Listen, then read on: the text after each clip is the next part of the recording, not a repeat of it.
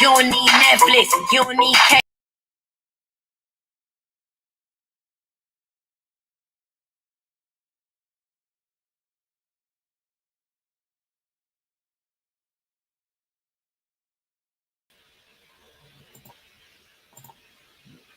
Hey everybody, I done kicked myself out. Hold on, y'all. Hey Carrie Boo. What's going on? Okay, let me hook it up now. Let me hook it up now. I gotta start the song all over again now. Hey.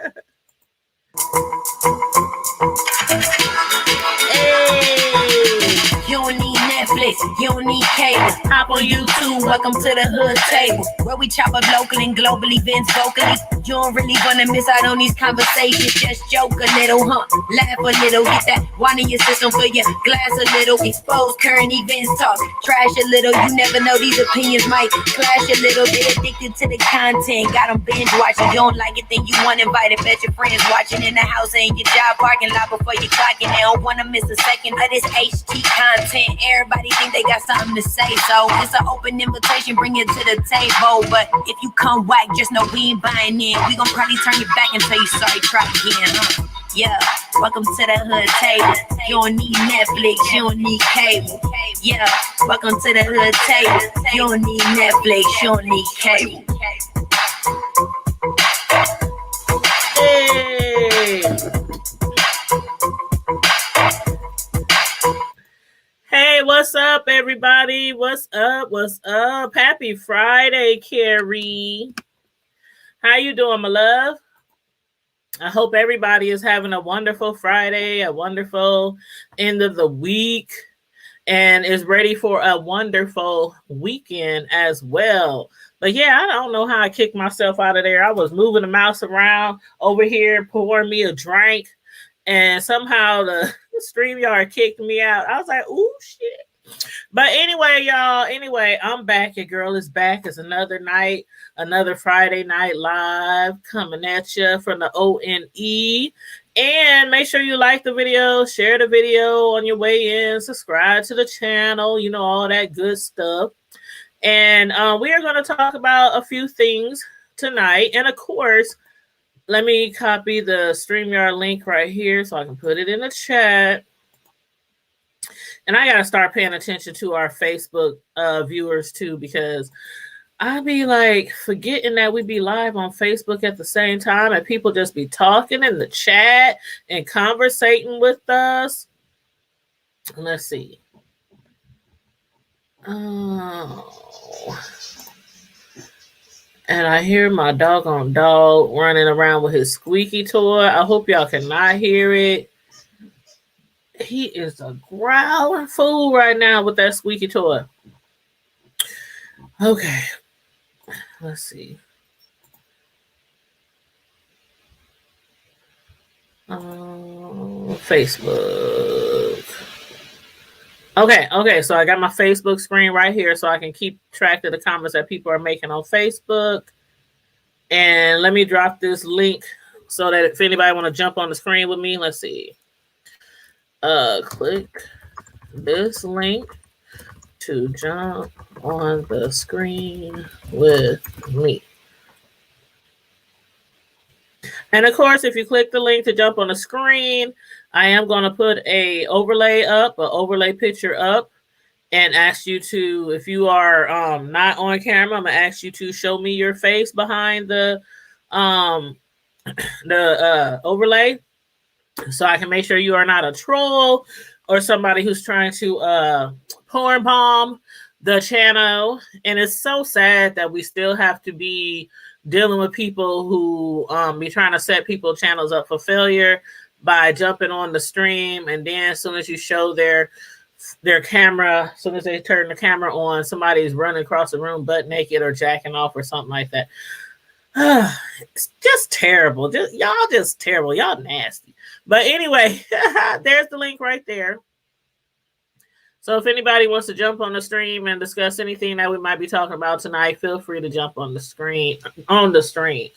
But let me go over here to the good old Facebook, because we were talking about last week. Hold on, let me pull up my. Okay, let's see. Okay. Okay, let me see, because we've been following that story. Well, a lot of people have been following that story about the dude who was like 61, 55, 46. Nobody really know his real age all of a sudden. At first, everybody was saying he was 61 and had married his 18-year-old 18-year-old goddaughter. Hold up. This is the arrest affidavit. Other persons I hope to told on that was on the live saying that I told on. Hold up. If you think this fake, go to St. Lucie. They posting all kind of ish on here. Hold up. They posted people's arrest affidavits on here. Okay, let me. Possession of weapon or ammo by convicted felon. I don't know. I haven't. I'm not going to show that because I don't know the backstory on that. But yeah, I don't know how many of you guys have been following the story with Deja and her 18-year-old Deja and her 61-year-old. And I know that there was allegations that he was 61, 55, 46. But from what the arrest record showed, again, 7 years ago that I showed you guys last time, it said 7 years ago that he was how did it say 54? Yeah, say he was 54 7 years ago. So that would make him 61 today, or this year.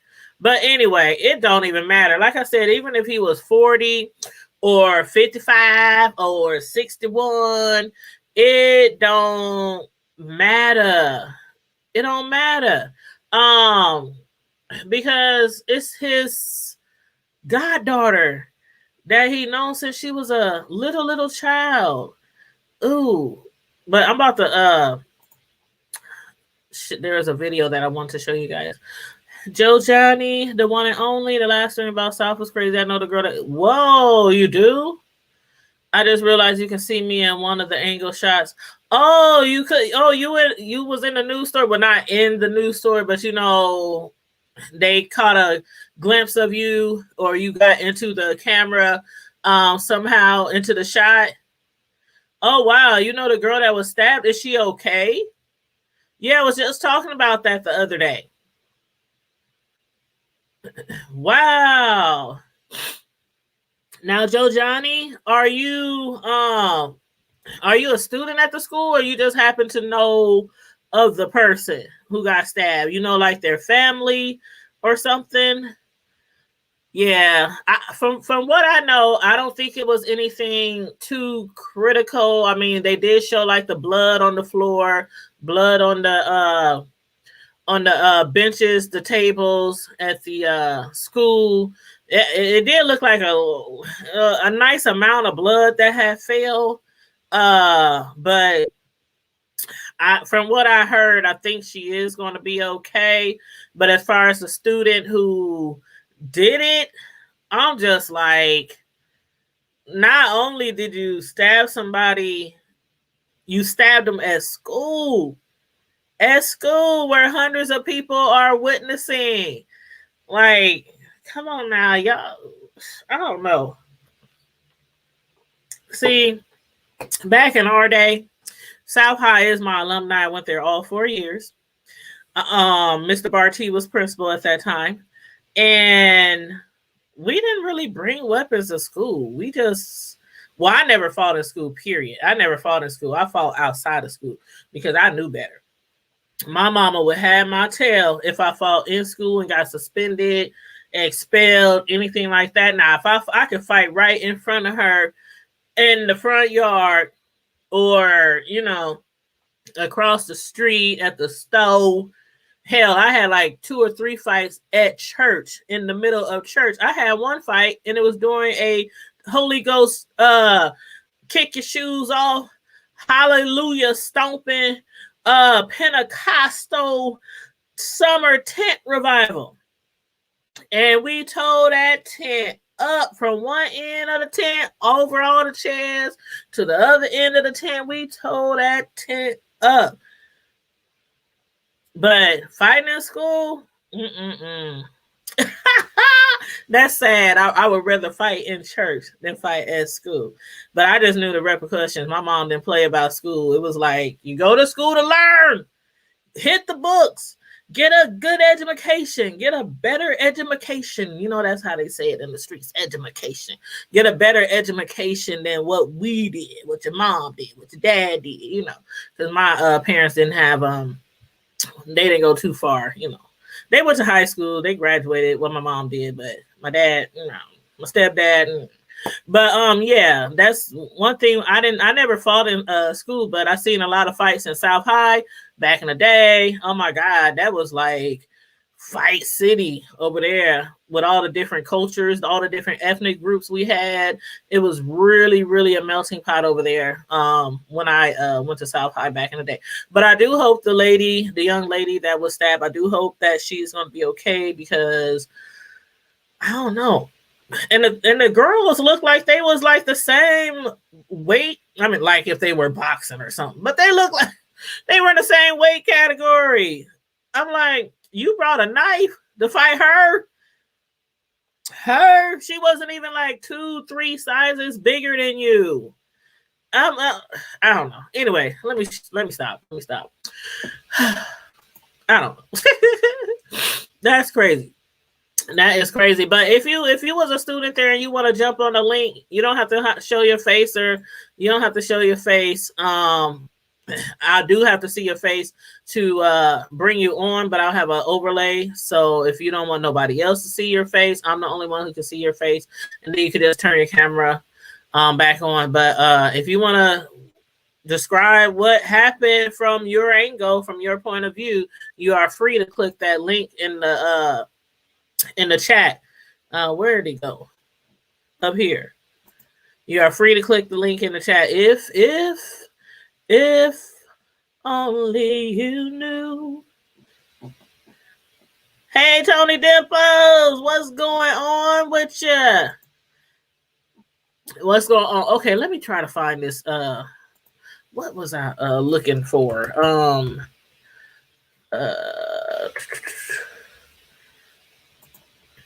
Let's see. But the chat.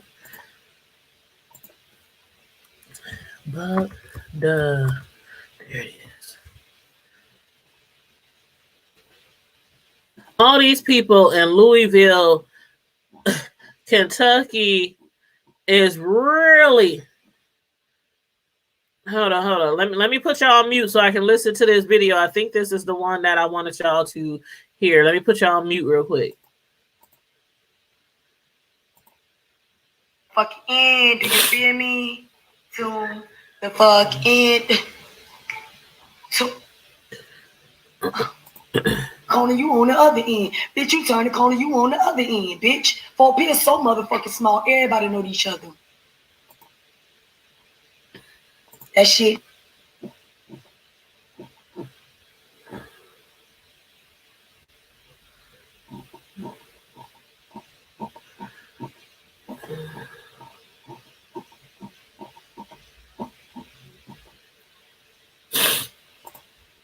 That's some lie, bitch. Real mama couldn't go live today. She said she gonna go tomorrow, so I ain't gonna be on here talking this doing the same shit. Alright, with the motherfucking picture. Do y'all get the drill? Do y'all see the picture?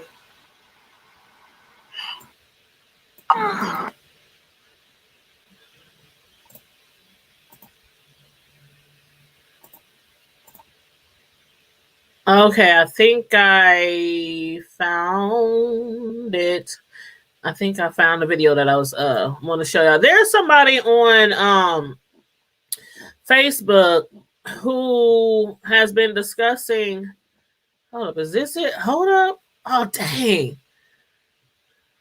I'm gonna send y'all the link. I'm gonna send y'all the link because the video is way too long. Way too long.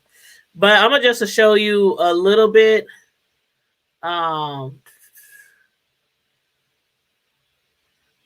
Okay, here's the tea. Here's the tea.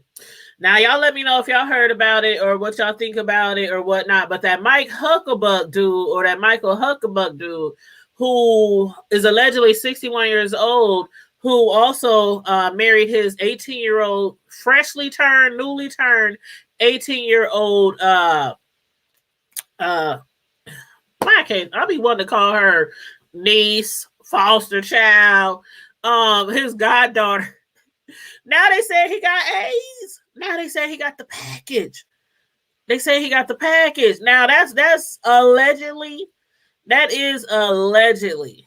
Allegedly. I don't know for that to be true, but they got hashtags going around talking about hashtag hide kids from Mike. And I'm telling you, I'm hiding all my kids. We don't live nowhere near Florida. But just like with R. Kelly, I'm hiding all my kids. All of them. All of them. Now, I was trying to find a video of the allegations of the AIDS or HIV. Matter of fact, they didn't even say HIV. They said AIDS. So, I don't know if they're alleging he has detectable, if he's well, AIDS is, see, I don't know how it goes. I know HIV, it can be detectable, non-detectable. I don't know how it goes with AIDS, if it's full-blown AIDS. I don't know how that works, if it's can be detectable, non-detectable. I really don't know. So if some of y'all are familiar with that, please, feel free to let me know. I don't know. But hold up. Here's one of the videos that I wanted to show you guys. So let me click that in real quick. And this is the lady that I've been following. Her and this other guy, there's like two people on Facebook who are really like, I don't know if I want to say invested per se in the story, but they are in the area, the vicinity where this big story broke out. So,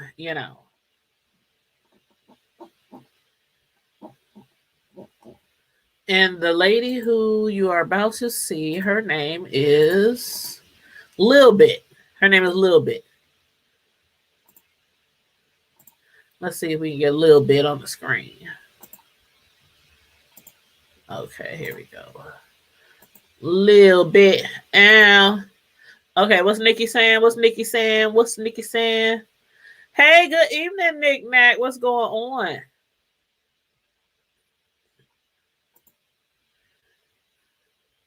Okay, yes, her name is Nick Nack, and I'm going to make the screen big so you can see her really well. This is about a 4-minute video. And she's, again, discussing the situation that's going on with the 18-year-old goddaughter and her 61-year-old husband, which is her goddaddy, her godfather.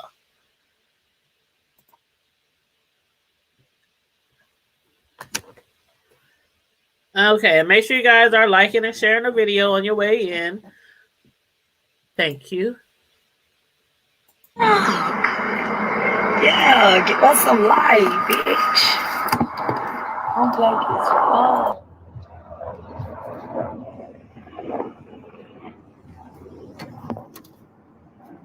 Damn, I'm black.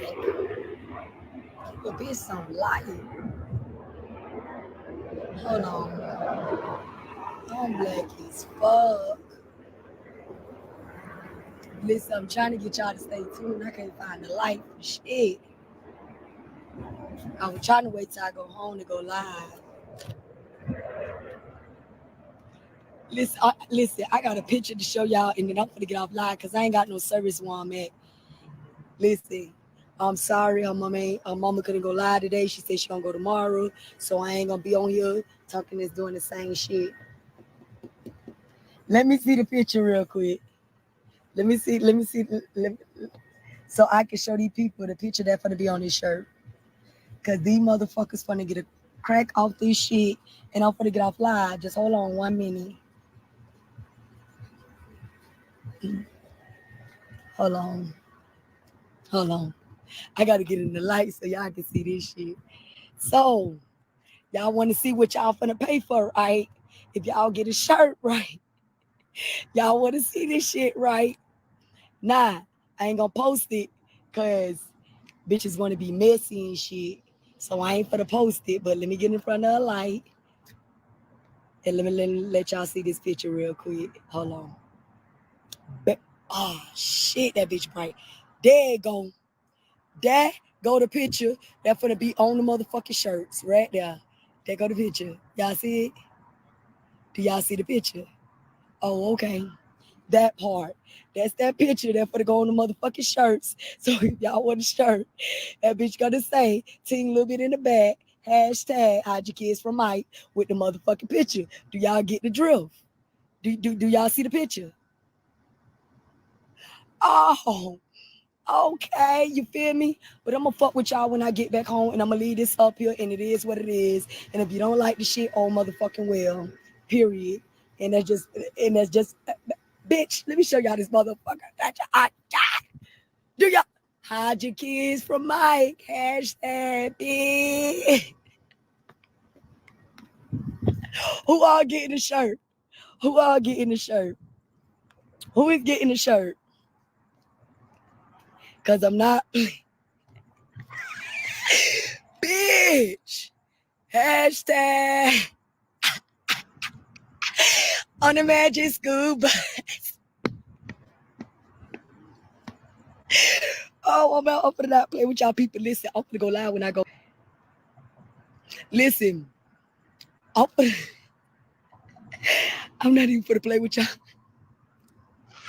Y'all about to get y'all a motherfucking shirt, bitch. Stop playing with me. Y'all think I'm gonna, hey. And listen, I deleted a couple of people off my motherfucking live. Block y'all. Y'all bitches ain't getting on here. And before I add anybody else on my Facebook, I promise you I'm going through your friends. I'm going through your pictures. I'm going through anything. All that fake pages. I'm finna wipe my whole list off. I'm finna add some real bitches in my shit. Bitches that really fuck with me. I'm deleting all that negative energy. Bitch, you getting blocked. Trust me. You won't be on my shit tomorrow. If I don't block you tonight, I'm blocking you in the morning on my break. I'm telling you. All you hating ass bitches, get off my shit. Put your orders in, you will get a motherfucking shirt. Bitch. On the Magic School Bus. Hashtag hide your kids from Mike. Period. And it is what it is. You feel me? I'm finna enjoy this little bit of time I do got with my homegirl because I ain't been chilling with her for a minute.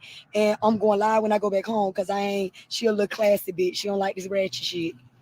I fuck with y'all. Okay, so that girl, she's on Facebook.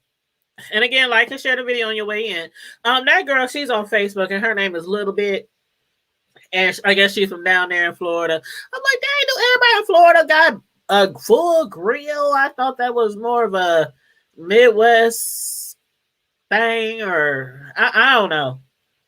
But anyway, yeah, everybody who's been discussing this story, like even the mother of the 18-year-old girl, who alleged that the Godfather had been messing with her daughter for years, and allegedly some of them saying that he groomed her from as early as the age of 14. Some believe earlier than that, but for him to again marry his goddaughter as soon as the clock struck midnight. As soon as the clock struck midnight, he married his 18-year-old goddaughter, and he's in his 60s. I'm like, there is no way that you just all of a sudden took interest in this young lady. There's no way. You have to have been having interest in her for a long time. And then he's a legend. Oh, she's 18. She's grown. And woo woo woo woo. You said gold in the mouth is a down south thing. Yeah, I knew it was down south too, but I'm thinking more, I don't know. I guess, yeah, because I got family in Memphis. And a lot of them got golds. They got like all like like golds, just whole grills, not just one cap, not what overlay, not two. They got like the whole, yeah. But yeah, I'm like cool with the ones where you have to pull them off at night and you could like brush your teeth and floss and all that. But some people have the stuff permanent goals. Oh hell no.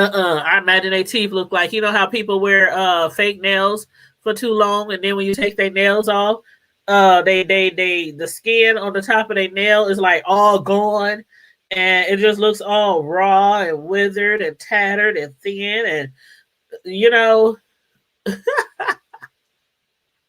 But anyway, that lady Little Bit is supposed to be interviewing per se. I don't know if you want to call it an interview, but she was supposed to be going live with the mother of the 18-year-old girl. So I've been keeping my eye on that because I definitely would like to hear what the mother would like to say to Little Bit. And as far as like the AIDS allegations, like, yeah, Tatter, Nikki.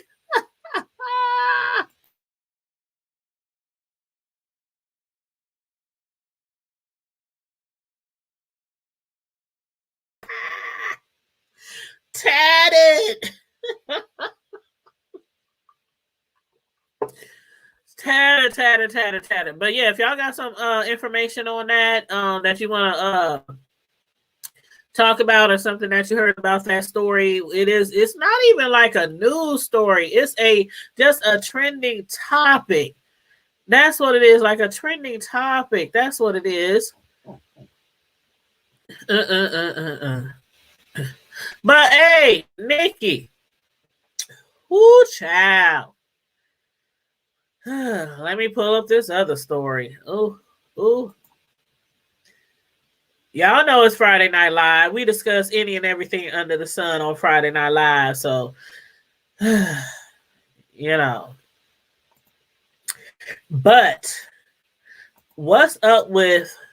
Let me get the picture. Let me put up my copyright disclaimer.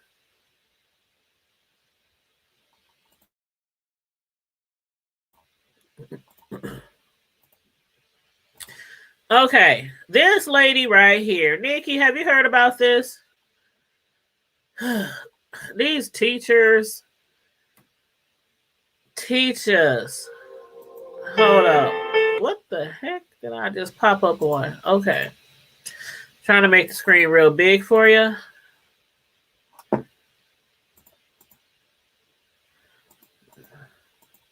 Now, this has been on the news before, and it's back on the news again. And this is some local news from our area. Not right in Omaha, but it is nearby. Elkhorn is, you know, as far as driving distance, is not too far away. So I still consider this some local news. So I'm going to say in local news today, this lady right here, hopefully y'all can see it really good.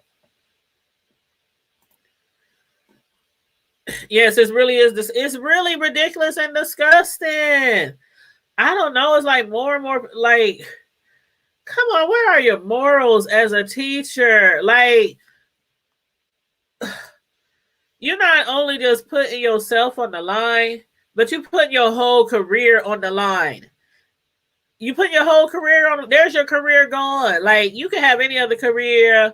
I don't know, something that don't have to do with kids. And you can probably step back into that career once you get out of jail or whatever. But when you are a teacher, a child care director, or a child care owner, or staff, or whatever, dealing with children, you like literally throw your whole career out the window.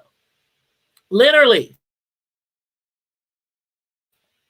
So anyway, as far as this story, Omaha, Nebraska, WWT is reporting a former Elkhorn South High School band director. She was a band director responsible for other people's children. She was scheduled to appear in court Friday, but will not make an appearance until January after the arraignment was rescheduled. According to court documents, 55-year-old Michelle Bluford was originally charged with child abuse. Documents now indicate that she faces 2 counts of third-degree sexual assault of a child, both misdemeanors. Previous reports from Douglas County Sheriff's Office revealed that Michelle Bluford initiated and nurtured. That is called grooming. Okay? AKA grooming. They said she initiated and nurtured an inappropriate relationship with a former student over a period of approximately 3 years. That's like their whole high school life. Their whole high school life. The DCSO release came back in July when Bluford was booked for her arrest warrant. She worked for Elkhorn School District for 21 of her 33 years as a teacher. So she was, oh my God, 21 of her 33 years as a teacher. And then she went to be a band director. Is that what had happened? What had happened? You can't trust all these teachers out here. I swear. That's why when my kids were younger, every time they had any kind of outside activity with a teacher or a coach or anything like that, I would stay on their neck. Like, I don't care how much you might trust this person or this guy or that guy. If anything, if you sniff a little scent of anything that's in disarray, that shouldn't be going on, you better holler at me, call me, and I will be up there pronto. If you see anything strange, if you see anything strange going on between a student and a teacher or a coach or anybody like that, janitor, you need to let somebody know because it's not supposed to happen. It's not supposed to happen. So this lady, she hasn't been sentenced for anything right now, but as I just read, yeah. But moving right along. Let's see. What else did I want to discuss tonight? Okay. Okay, let me see if I can find this. Let me see if I can find a video of this. Let's see. I have something up on here. Is this it? Hold on. Okay, here we go. Let me share the screen. I don't know if y'all heard about this story, but this is crazy. When I saw this story, I had like, we got to talk about this. Child. Okay, so here's another story that I wanted to talk about, which is trending news. This is actually news, but it is trending as well. And it is regarding a mother. Okay. And also, it is a Texas story. It's out of Texas.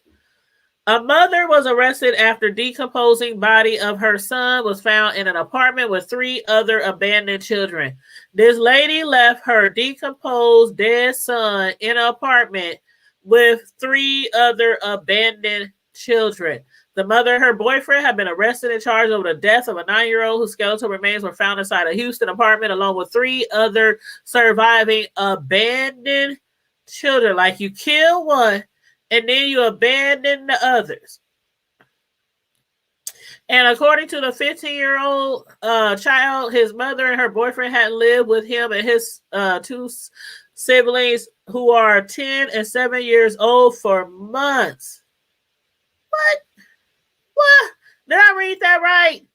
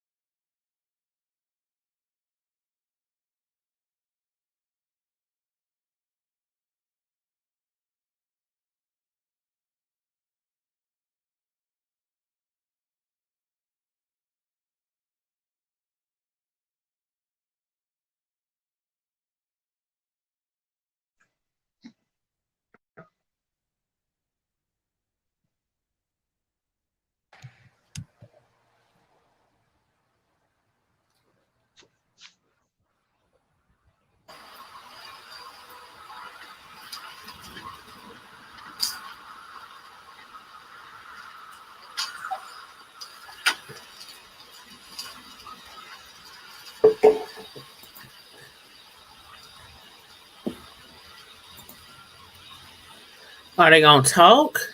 Are they gonna say anything on this video? Oh, that's just they just arresting them. Must be taking them to jail. Let me see if I can find some better footage, because this ain't what I'm looking for. And what I'm looking for.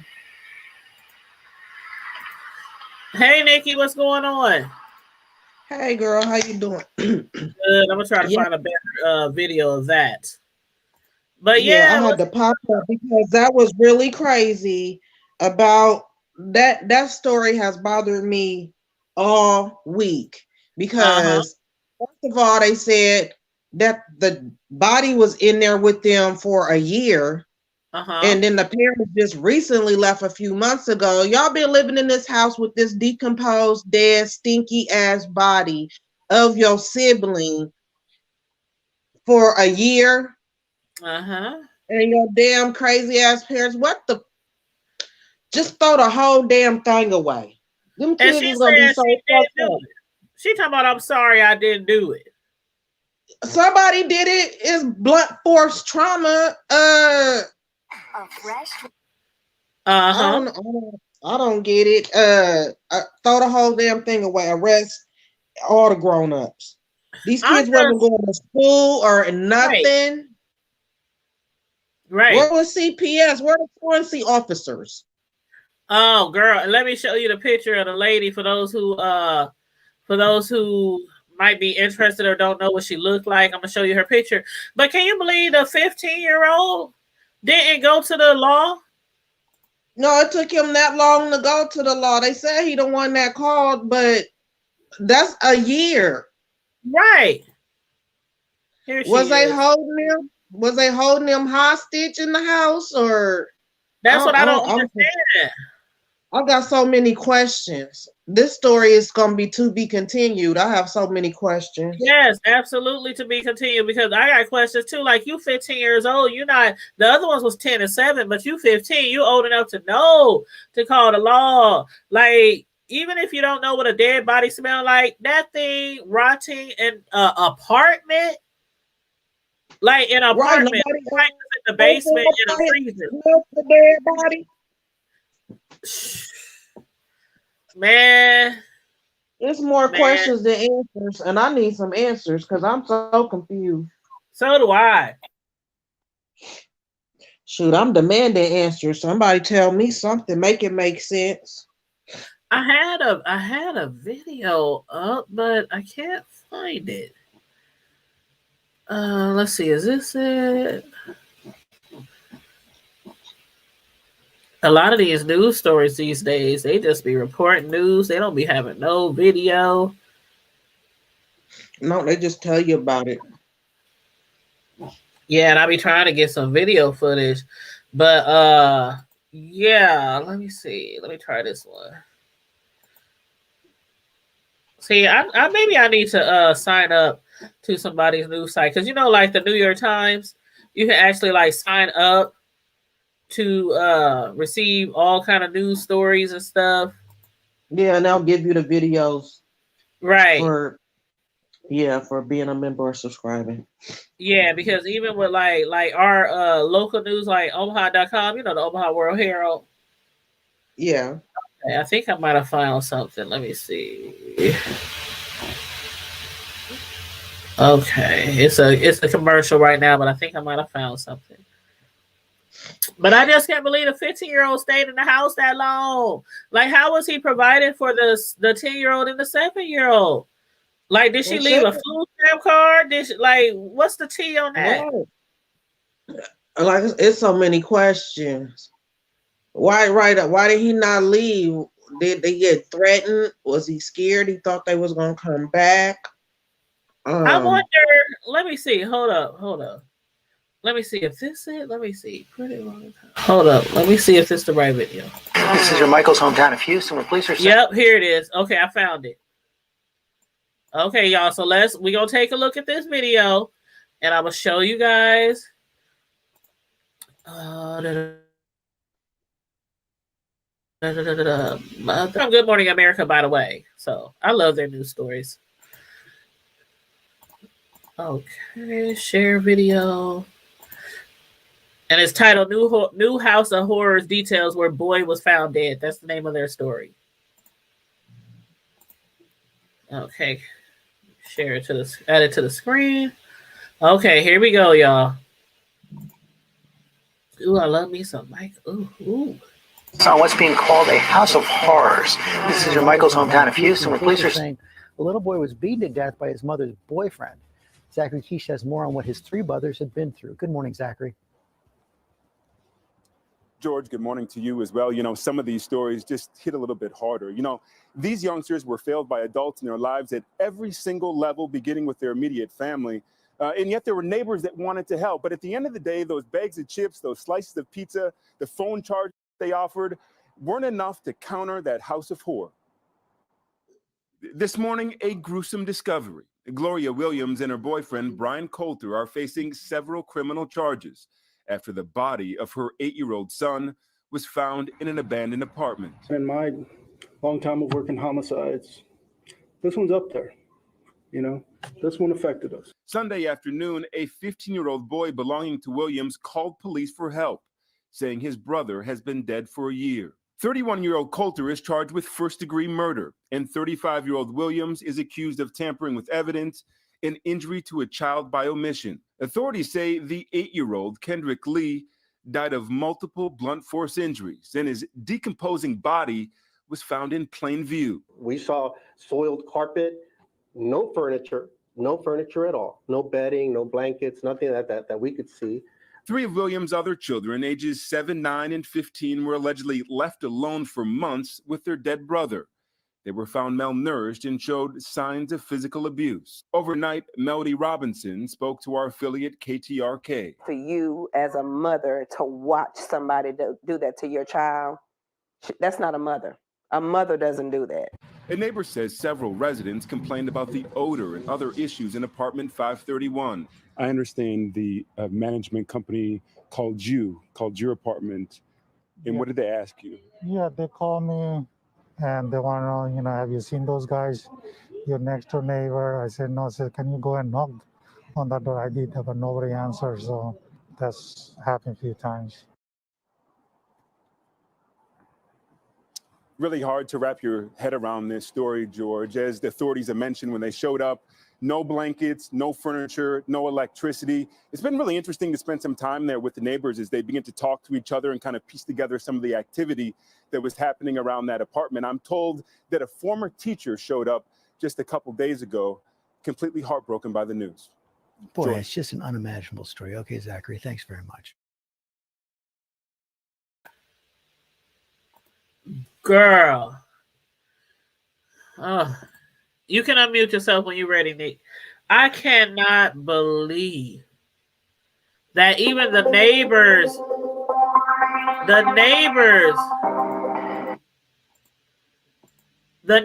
knew that something wasn't right. They feeding the kids, giving them pizza, giving them sandwiches. Like the neighbor, what is wrong with people? It was a dead body in that apartment for a year. All the neighbors smelt it, and ain't nobody called the cops. Ain't nobody called CPS. Did a wellness check. The landlord gonna ask a tenant to go knock. Right, you got a key. Go open the door and go see what the heck going on in your building. Right, because if they abandon the house, who's paying the rent?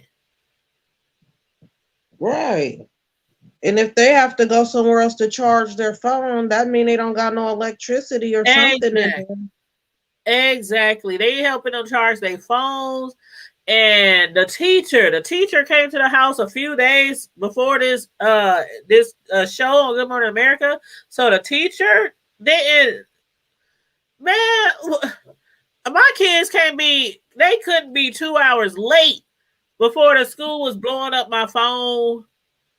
Man, all kind of stuff, and the teacher didn't even come. Oh, child, I don't know. So many drop balls. They dropped the ball in so many ways. Yeah, that's almost like the Gabriel Hernandez all over again. All these people knew something was going on, but nobody did anything to help these children. That Gabriel Hernandez. I watched that. Was it on Netflix. Netflix? Oh, when Yeah, I say I cried, I don't know how I got yeah. through that. I I was just cried man, and I remember that story. And yeah, I cried. I cried. That's just horrible. You know, it's like when things happen to adults, you know, we get emotional. You know, like the like Javon, what's his name, Jelani Day. You know, it's very emotional to hear about stuff like that. Even the white girl Gabby. It don't matter who they are. I tend to get Yeah, emotional when it comes to abuse and murder. And even if I don't know them, but when it comes to little children, yeah, because they're innocent and they're babies and they can't defend themselves, and right, that's right. that's horrible. It's very horrible, and I'm telling you, that's it. When I was raising my kids, Nick, when I tell you, if they could, man, when I pass away, my kids are probably one thing that they'll definitely say about me was she was super overprotective when we were younger. She didn't trust nobody, That's like how I cousin, uncle, grandpa, teacher, coach. that's how I am. My kids go wherever I go. My kids go, and if kids can't go, then I'm not coming because Yep, I'm not leaving my children with nobody. They're going. exactly. And it was so bad that my daughter, because we were overseas when she was like from 1 to 3, we were overseas, Uh-huh. and it was just me and her. So I told her what her body parts are. Yeah. Ain't we not doing no cute names, none of Oh, that. I did And it ain't too, honey. nobody, I did it too. and nobody's to touch it. And I was like, and that's gonna be enough to shock them. You can try to go touch a 2-year-old, and they're like, no, do not touch my vagina. Nobody can touch my vagina. But I I did don't the care. same thing.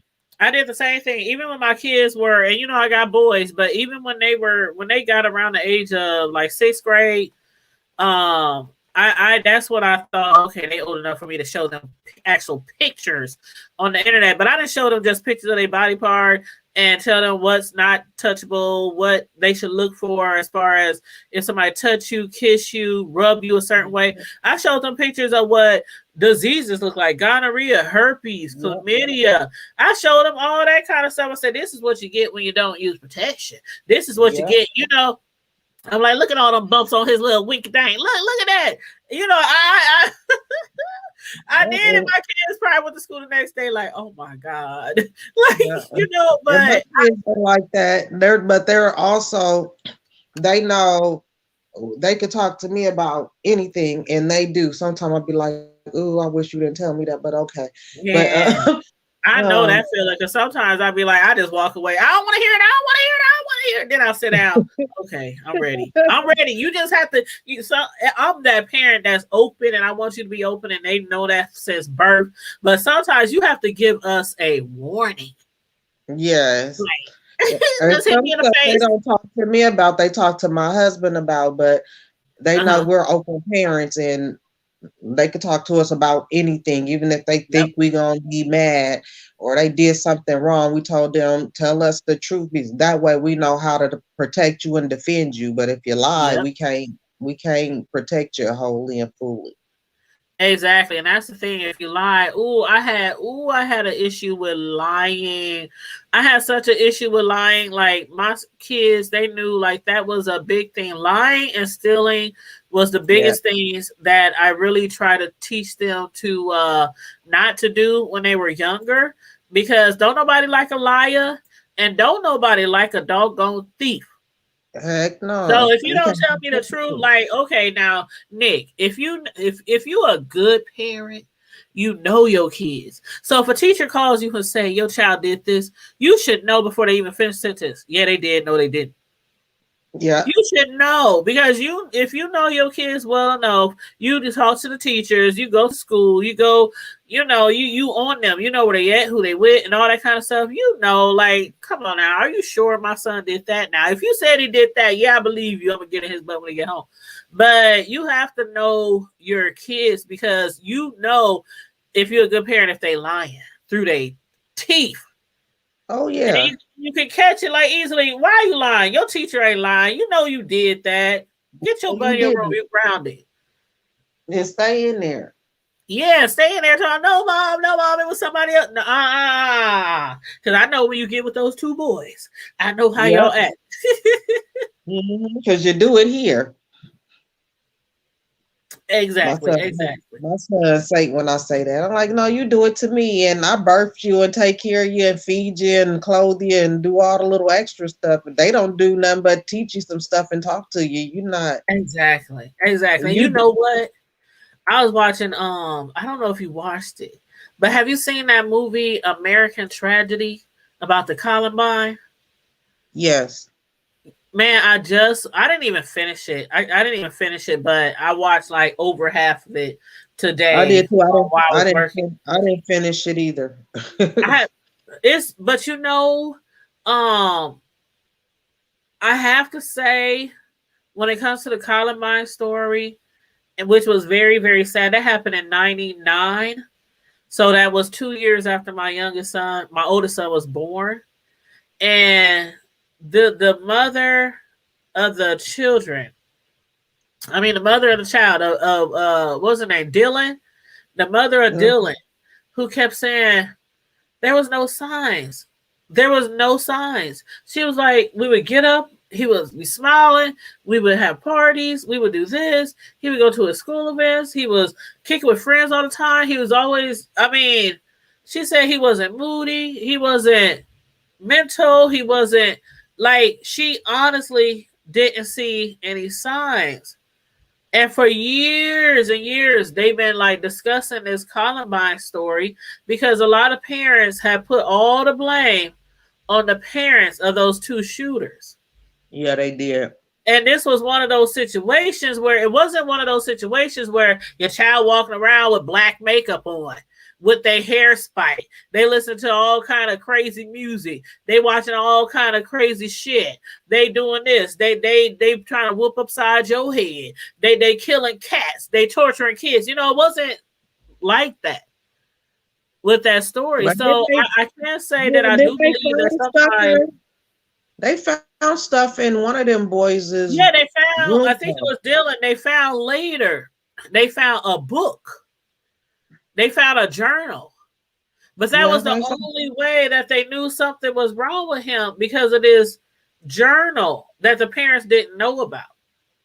So he had issues, but the thing is, the parents didn't know he had issues. She said, we never got phone calls from the teacher. We never got teachers saying they were showing out. We never got, they said he was a good kid. And the mother was like, I was so proud of myself. Every time he did something, every time he made something, every time he got good grades, she said, I thought I was the best mother in the world.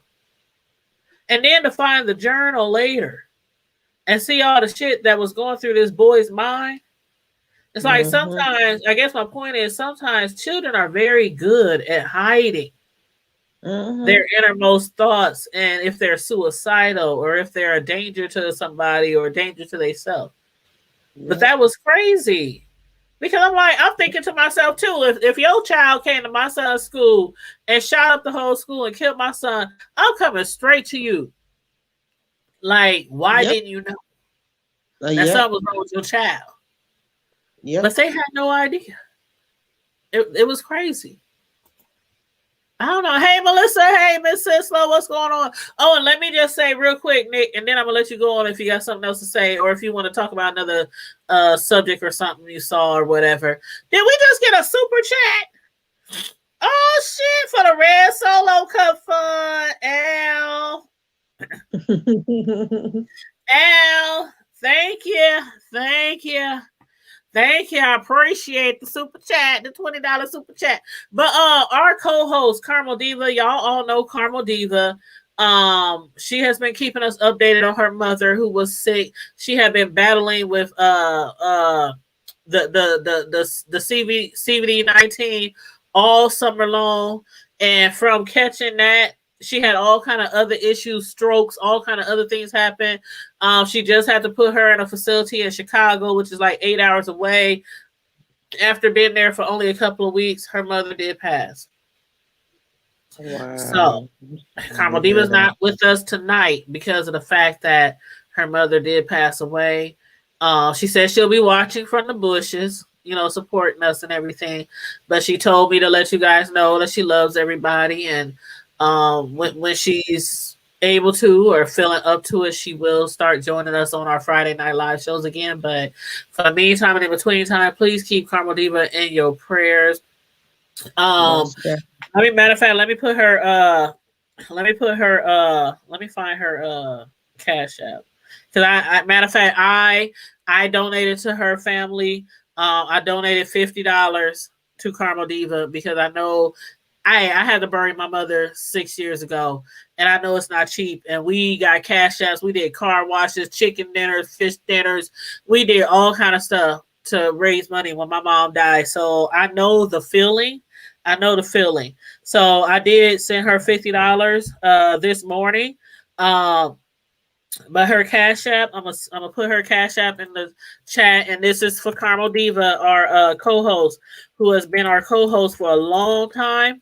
So please, if you have it in your heart to donate to her, this is Carmel Diva's Cash App to donate to her mother's funeral. And also, they shipping the body back. Of course, she's in Chicago, so they have to ship the body back to Omaha. But her Cash App is $Pumpkin without the P. It's PUNKIN, and then capital K, and then 77. And I'm putting it in the chat right now. So if you want to donate to Carmel Diva's mother's funeral fund, please Cash App her $Pumpkin K 77. That is Carmel Diva. I felt so bad when I found out about it. I was in tears, and I called our other friends, our other homegirls, closest friends, told them what was going on, and I sent her some money immediately to help out with the, service. I ain't rich, but, I do what I can, for my friends. But that is her Cash App. So if God lays it on your heart to donate to her mother's funeral, please donate to that Cash App right here. $Pumpkin. Without the M and the P, is PUNKIN, capital K 77. That's her Cash App. But Miss Islo said I will be sending something too. Thank you. I know she will appreciate it. She said, God bless Mama Diva and baby sister Carmel Diva. We love you. And she's probably watching, y'all. So she's probably watching. So she'll see all your comments. But I'll relate them to her too, just in case. But Melissa said I would definitely send her something. I started to ask for her Cash App, Leslie. Thank you so much, Melissa. And thank you so much for the super chat. I really appreciate it. You say, yeah, it choked me up too. Been feeling some kind of way. I've been feeling some kind of way all afternoon because that was Carmel Diva's best friend. Like out of all her friends, her and her mother was absolutely best friends. Best friends. They her mother was living with her for years. So they were close at the hip. Literally close at the hip. Oh, you want me to drop the StreamYard link, Miss Islo? Okay, I got you. Okay, there's a StreamYard link for anybody who wants to jump up on a StreamYard. I saw a comment in the chat. Hold on, let me go back up. Something about Walmart. You ever do that show with the gentleman from Walmart? Yeah, Kylan. Hey, Kylan. I did the show with the gentleman from Walmart. That was over a year ago. That video is old. Really old. But I'll drop the link to the video. The guy that posted that video on Facebook, he obviously found that on my YouTube channel. So he obviously copied it and uploaded it on his Facebook page. But that is my original video, my original content. And I did that video over a year ago. And the same day that I ran into that guy at Walmart, that night he came on my show and I interviewed him. So that was the same night. So yeah, this was over a year ago, but I'm gonna drop the link. Okay, here is the link.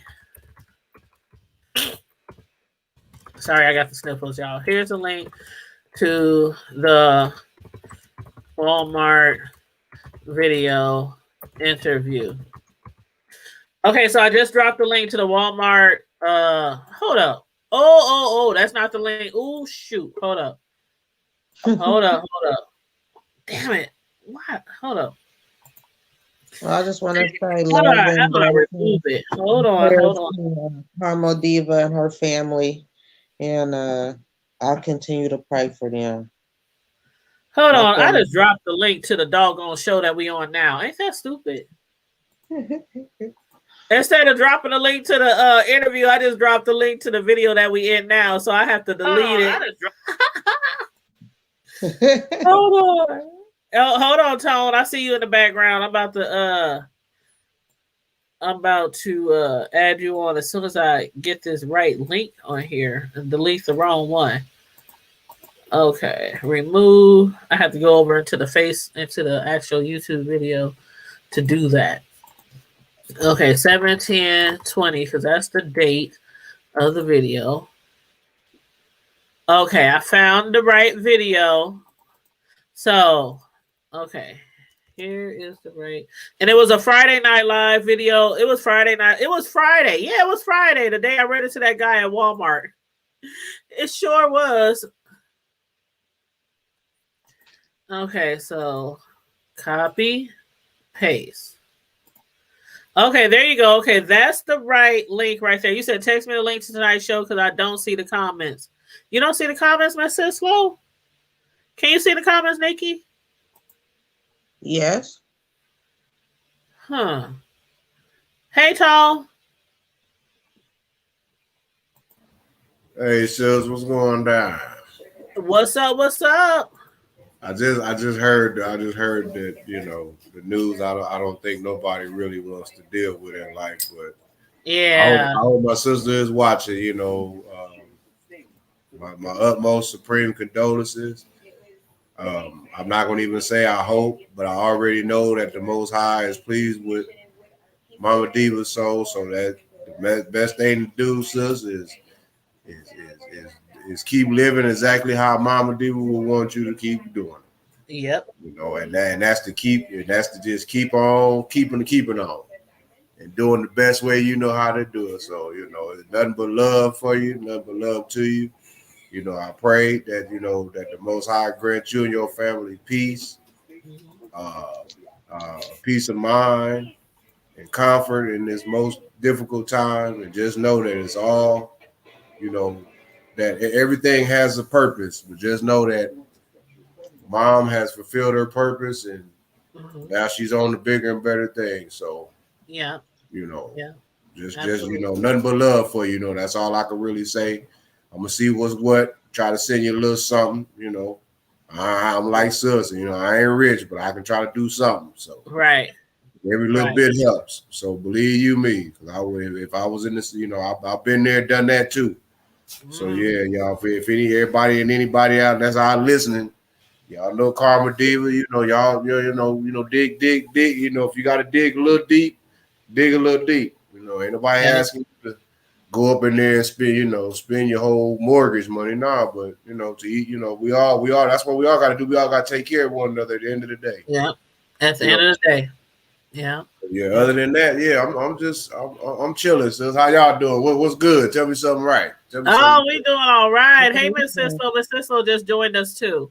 How you doing? All is well. Hey, love, Miss Cisco. I think she's on mute. Yeah, just chilling, just girl. I'm trying to tell you, I'm trying to told you, boy. I don't know what's going on with the planet and the world, but folks is losing their mind. I know that. Oh, how's everybody? I'm sorry. Hey, Miss Cisco. Hey, y'all. How you doing? Just checking. I'm doing okay. The enemy is busy, but you know what? Yes, he is. I'm not gonna let him steal my joy. I'm not gonna do it. That's right. You doing the right thing. I let him steal my joy. God is good. That's right. Yep. All the time. All the time. And all the time. I just want to Just wanted to jump in and hang out with y'all for a little bit and pray to God that it, alters my mood a little bit. We feel privileged. Well, I found your daughter on IG, Miss Islo.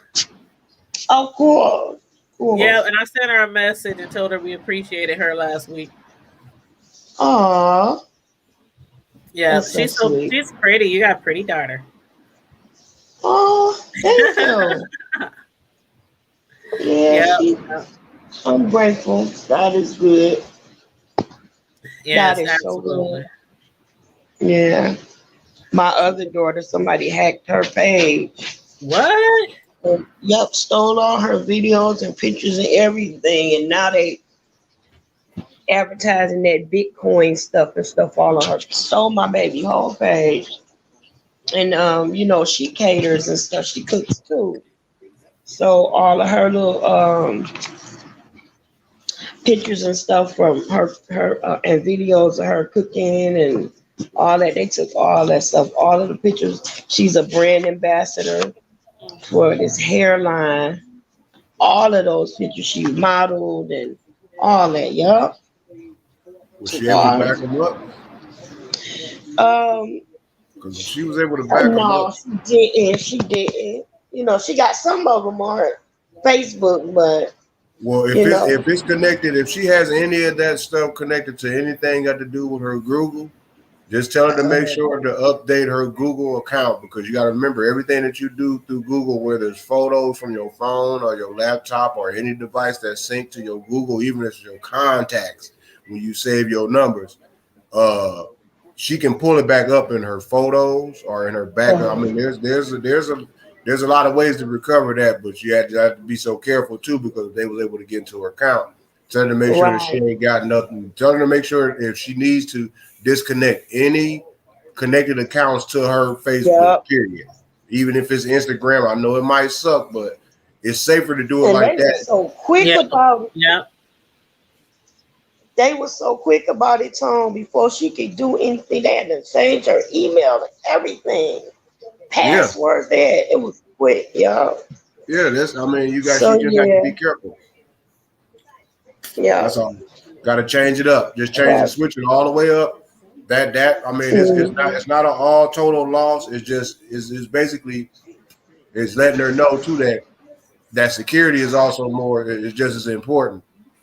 Because that's what people are doing. I don't know why they doing it. It's like to me, there's a certain level of hackers. You have hackers that do it for the thrill of it, and then you have hackers that just do it to like they do it for a living,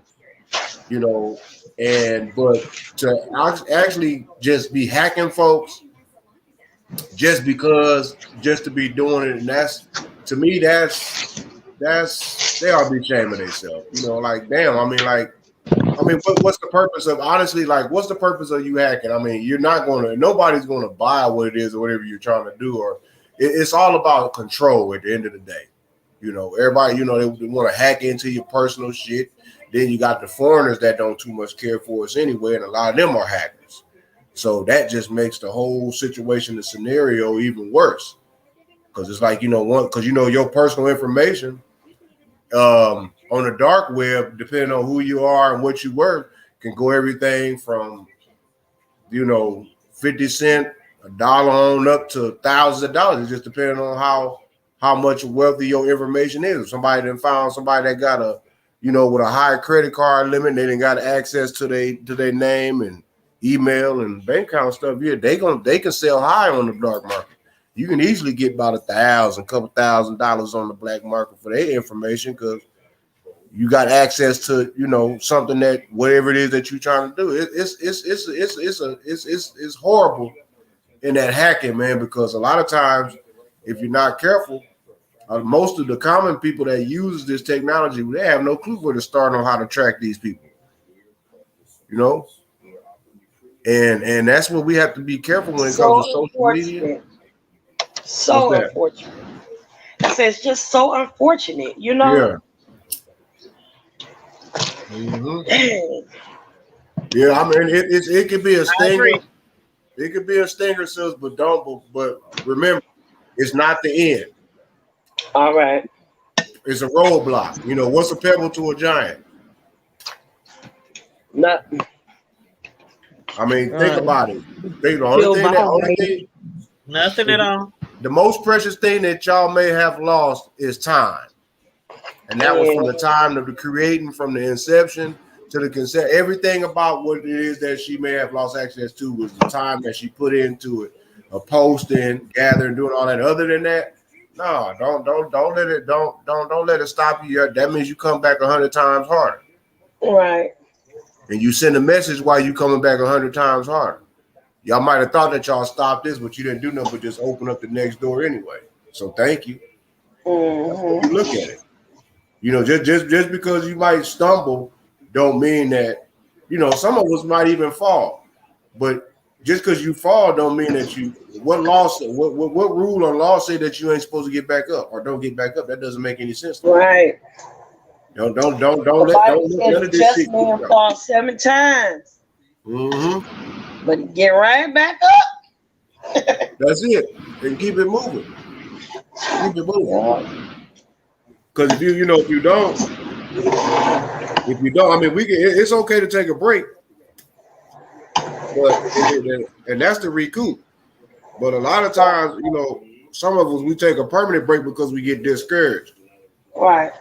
And that discouragement could be the moment that we walk away or quit something was actually the moment that breakthrough was right there. So it's kind of like you did all that in vain for nothing. Yeah, don't make that situation. Yeah, you talking good, bro. No, just let her know though. Let your daughter know. You know, there's no such thing as quitting. You know, you either win or you learn. Right. It ain't no other ways about it. You either gonna win or you gonna learn. Losing is not even an option. Who loses? Don't none of us lose.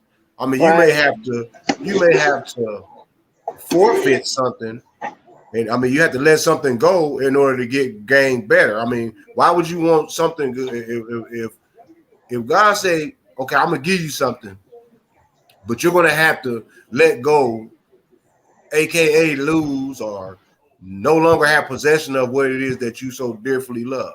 Like for instance, a lot of us, we may have put our blood, sweat, and tears into something that we most like. We work hard for our vehicles. Congratulations to you too, sis, for paying off your car. That's what I'm talking about. But yeah, you know, some people, you know, it's like a lot of time we cherish certain possessions so tough. Like, man, I did this, I did that, I did this, but most of us will probably be like, I don't know, that don't sound like that's some godlike stuff. And that man ain't gonna just tell me to let this go and I ain't got nothing. Well, you might have to go back to the bus temporarily. That temporarily might be 1 or 2 days. But we fuss too much because of the fact that why I gotta go back to a bus. And I just hopped out of a Benz truck. Why I need to go back and ride the bus?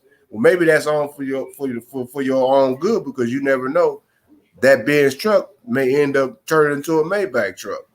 It's just that the fact to see how humble it is that you can be. You know, you got to be humble.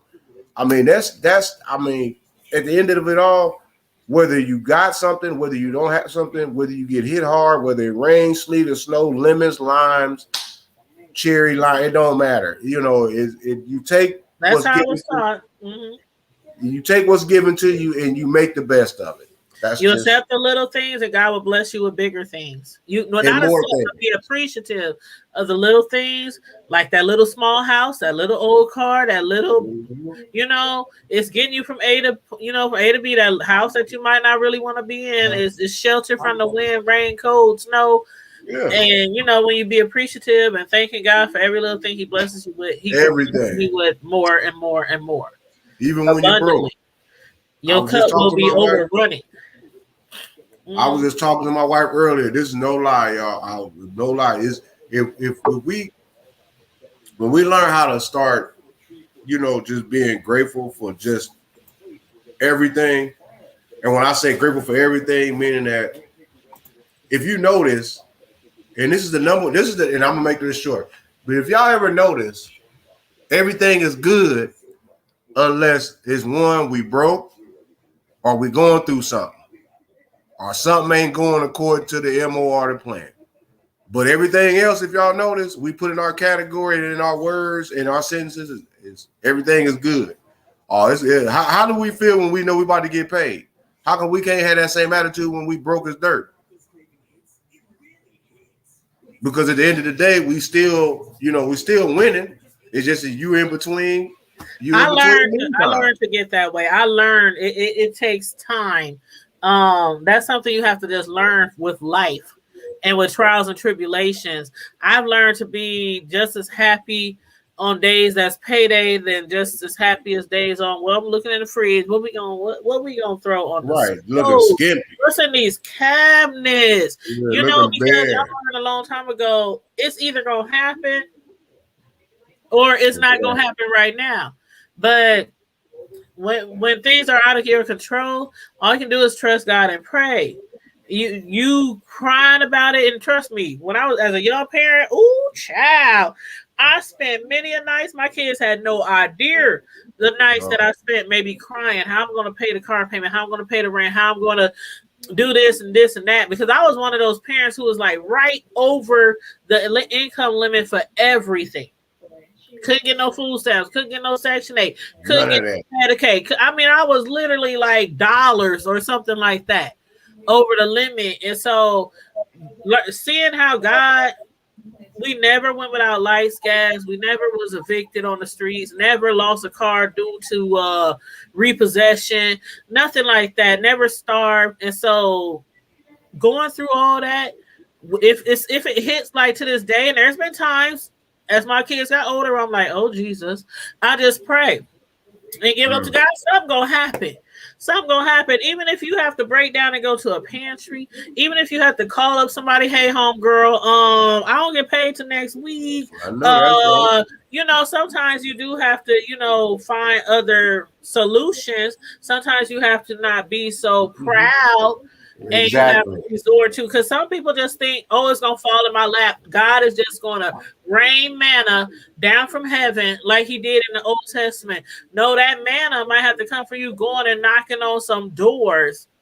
Yeah, you may have to get what you need. You know what I'm saying? Because there ain't no way in heaven or hell will I ever sit around here too proud to beg. When I got kids to feed. My children, right? You have to be I will starve. And give up the pride. Mm-hmm. Shoot, we done lived in the projects, welfare, food stamps. I done been in the pantries. I done been over throughout the years. We done resorted to certain organizations to get by. Yes, we have. Right. Yep. There's no shame in your game. Ain't no shame. I'm telling you, it ain't no shame. I'm serious. And you know what's so crazy though about it? Out of all the stuff that it might have came through and all that, and I've always said this to myself, once I'm able to, and I will before I do leave this planet, is I'm gonna be able to get back in some of the areas if it ain't been gentrified by that time. Yeah, I would love to invest in certain neighborhoods and places that I grew up or had to live in and get you know what I'm saying? That is a dream to me. A dream to me is to open up another as far as Omaha, how many shelters do we have? One? Two? Yeah. Maybe two. When it's real cold at night or when it's real hot outside, where does everybody go? They either go to the Salvation Army or they go to the what's that place downtown? You talking about Sarah Francis house? Yeah. But them is like them, and then nowadays them things like death traps. And I think we need more facilities than that. Better more facilities than that. The way it is going right now. With all the food, when the last time y'all went to the grocery store? I went to the grocery store the other day getting more stuff for Thanksgiving. I'm shopping for Thanksgiving over a month ahead of time because of the shortage of food. And I was looking at those shelves I found one box of elbow macaroni on the shelf at what's that store on North 30th? What? Not Baker's, the one next door. Family Fair. Family Fair. I Family found Fair. one box of elbow macaroni. Damn. Wow. A box. One box. She didn't say a bag. She said a box. One box. That was all. No, the rest of, they have the other noodles, the other, spaghetti noodles, the twisty noodles, all the other stuff. But the stuff that you normally use to make your baked macaroni and cheese, I found one box. As far as like the soups, I found one can of, how normally you can find the celery, cream of celery, the cream of chicken, I found one big can of cream of celery, or was it cream of mushroom? And all the rest of them was some tiny, tiny little cans. So I had to go ahead and I had to buy all these tiny little cans, which comes up to more money than if I would have bought 2 big cans. But I'm like, I got to do it. You know what I mean? But it was a lot of stuff that was not in the stores, that was not on the shelves. And me and my son was just like walking around the store like, I don't know. And so then the cornbread, you need cornbread for your dressing, your homemade dressing. Cornbread. For your greens and all that kind of stuff. So I bought like 16 boxes of cornbread. I mean, I'm just like, I'm just going to get it now because they saying that, well, see, for my cornbread, I use like 4 boxes to make the cornbread. You gotta right? make your dressing. Right, for the dressing, and then I turn around and make another thing of cornbread for the greens. Yeah. So I need about, and it's Thanksgiving and Christmas. I'm like, hey, I need 8 for Christmas, 8 for Thanksgiving. Yeah. Sure. But it's getting bad out here, and then we only got like certain places for people to go if they homeless. Yeah. Hey, Miss Sislo, you back? Hello? Miss Sislo? I accidentally hit the Okay, I was just making sure it wasn't you. It was no troll coming in under your picture or anything. Oh yeah, it's me and my computer girl. I don't know where my son downloaded on my computer, but it hasn't been right since then. Oh, that's okay. So, that's okay. Yeah. Well, you guys, go ahead, Miss Sislo. Go ahead. Oh, I was going to say, did you guys watch what Dave Chappelle had to say to the transgenders? Recently? Who were protesting, like the people at Netflix, the employees who are transgenders or gay or whatever, a lot of them took off. They are protesting. They are petitioning. They walked off the job until Netflix takes his Netflix show, which was titled The Closer, until they take it off the show. They or put a disclosure on the front of it or some. Yeah, that was the hey, put a disclosure on the front of it, take it down or. Yeah, and so he offered. Yep. Go ahead, Nick. Go ahead. Because I'm pulling up the video, so go ahead. Yeah, and then basically he told them he's not bending to them. Right. Y'all not about to tell me what to do. I'm not doing it. Right. And I'm glad. And I'm so glad. Stand behind it because there was nothing in that video. Thank you. That was damaging to anybody. Thank you. And I don't know if you watch S. Hutchinson, Shelly, Miss Sislo. I don't know if you watch Shelly S. Hutchinson, but she went off because she was like, some of these people, she says she don't even think they even watched the video. No, and they watched the whole thing, they would have also seen that he has no problem with him and that one of his closest friends was a transgender. Exactly. So I'm gonna show y'all this clip right here, what his clapback is to all the people in the transgender world. We're gonna watch that real quick. It's just a few minutes. But let me go ahead. It'll be a few days. I'm down with you, sis. Go on for it. I love you. You know I love you, girl. Okay, here we go. Let me know if y'all cannot hear it well. Let me know. I'm about to mute out. Huh? I said what I said. And Okay. boy, I heard what you said. My God, how could I not? Dave Chappelle speaks out and he's not backing down. The comedian just shared his reaction to backlash he's facing following controversial comments he made about the LGBTQ plus community in his latest Netflix special, The Closer. It's been said in the press that I was invited to speak to the transgender employees at Netflix, and I refuse. That is not true. If they had invited me, I would have accepted it, although I am confused about what we're speaking about. Since the special's release, there have been protests and Netflix employee walkouts. I wanted to make this video to say thank you and to express my deep gratitude to every single one of the trans, non-binary, intersex communities in Netflix. And in a video posted to Instagram Monday, Chappelle insists that the real issue isn't between him and the transgender community. You said you want a safe working environment at Netflix. Well, it seems like I'm the only one that can't go to the office anymore. I want everyone in this audience to know that even though the media frames this, that it's me versus that community, it's not what it is. Do not blame the LGBTQ community for any of this. This has nothing to do with them. It's about corporate interests and what I can say and what I cannot say. The controversy all began when The Closer hit Netflix earlier this month.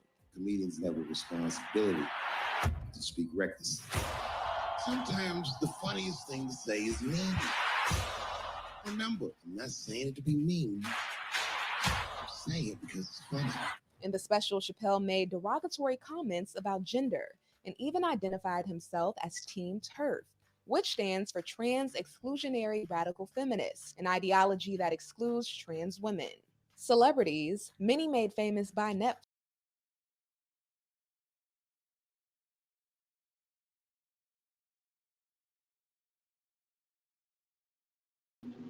Okay, that isn't actually the one that I wanted to show you guys. Welcome to the chat, Curtis. While I pull up a great video that I wanted to show you, I'm gonna share the right video. But I definitely want you guys to give me your feedback after I show this video and let me know what you think about Dave Chappelle, who I am fully in support of, but I know everybody thinks differently, but I'm in full support of, you know, him not backing down. But here's the video. Got it on mute. It seems like I'm the only one that can't go to the office anymore. Dave Chappelle responds to the controversy over his Netflix special, and the employee Netflix fired in its aftermath speaks out. Chappelle used the end of a recent performance in Nashville to address those upset over his latest Netflix special, The Closer. Chappelle says he never refused to meet with Netflix workers and members of the LGBTQ community. However, if they meet, he has conditions. You cannot come if you have not watched my special from beginning to end. You must come to a place of my choosing at a time of my choosing. And thirdly, you must admit that Hannah Gadsby is not funny. That third condition's a jab at Australian comedian Hannah Gadsby, who criticized Netflix co-CEO Ted Sarandos for his initial defense of Chappelle's special. Sarandos has since walked back some of his comments.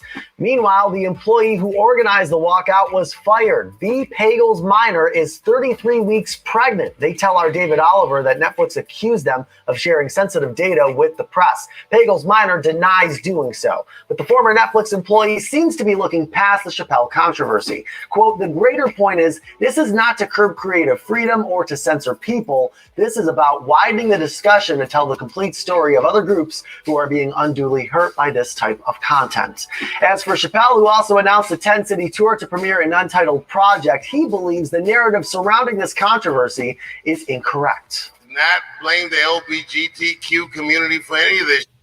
This has nothing to do with them. It's about corporate interests and what I can say and what I cannot say.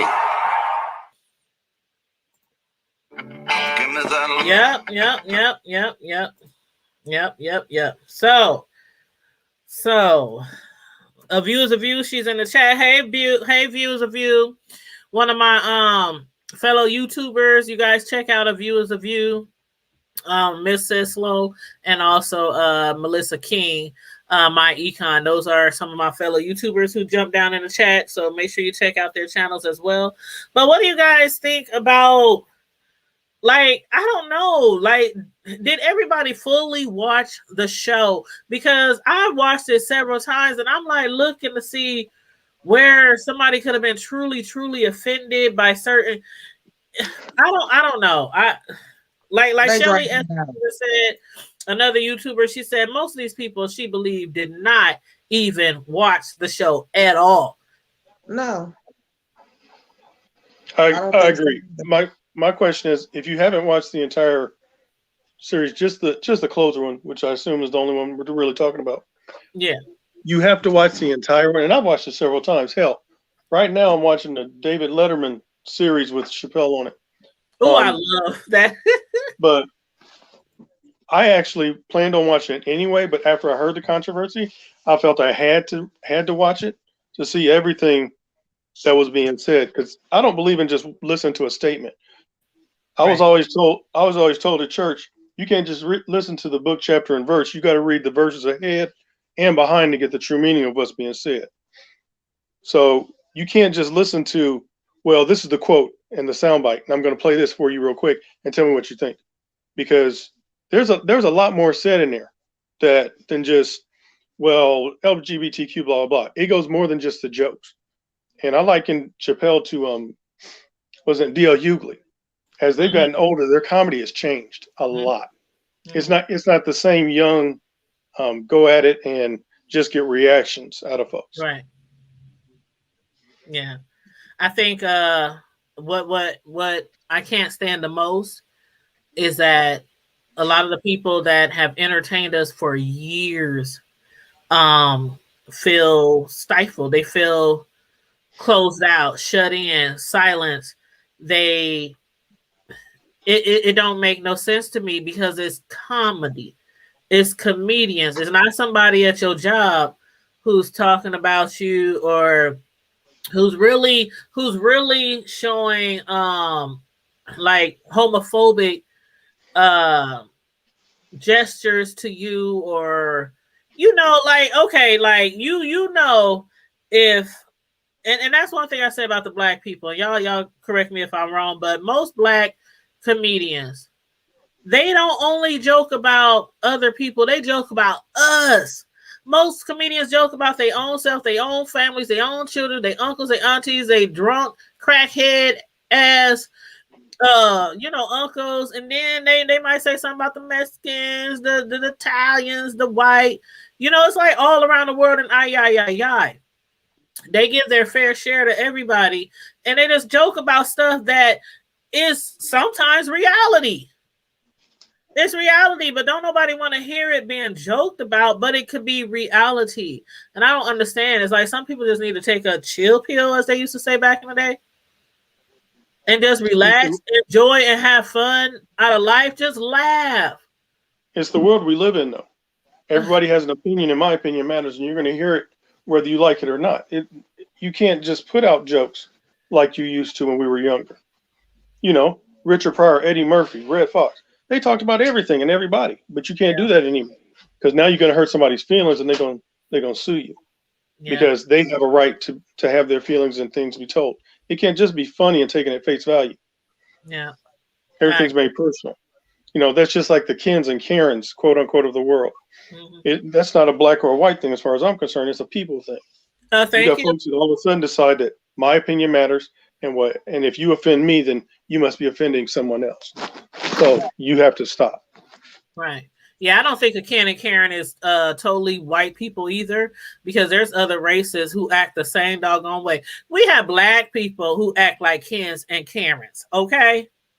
Like, for real, you move into a certain neighborhood and there's those bougie, always act like they came from a silver spoon black people complaining about you got, too many people in your backyard for a picnic or for a barbecue on the holiday.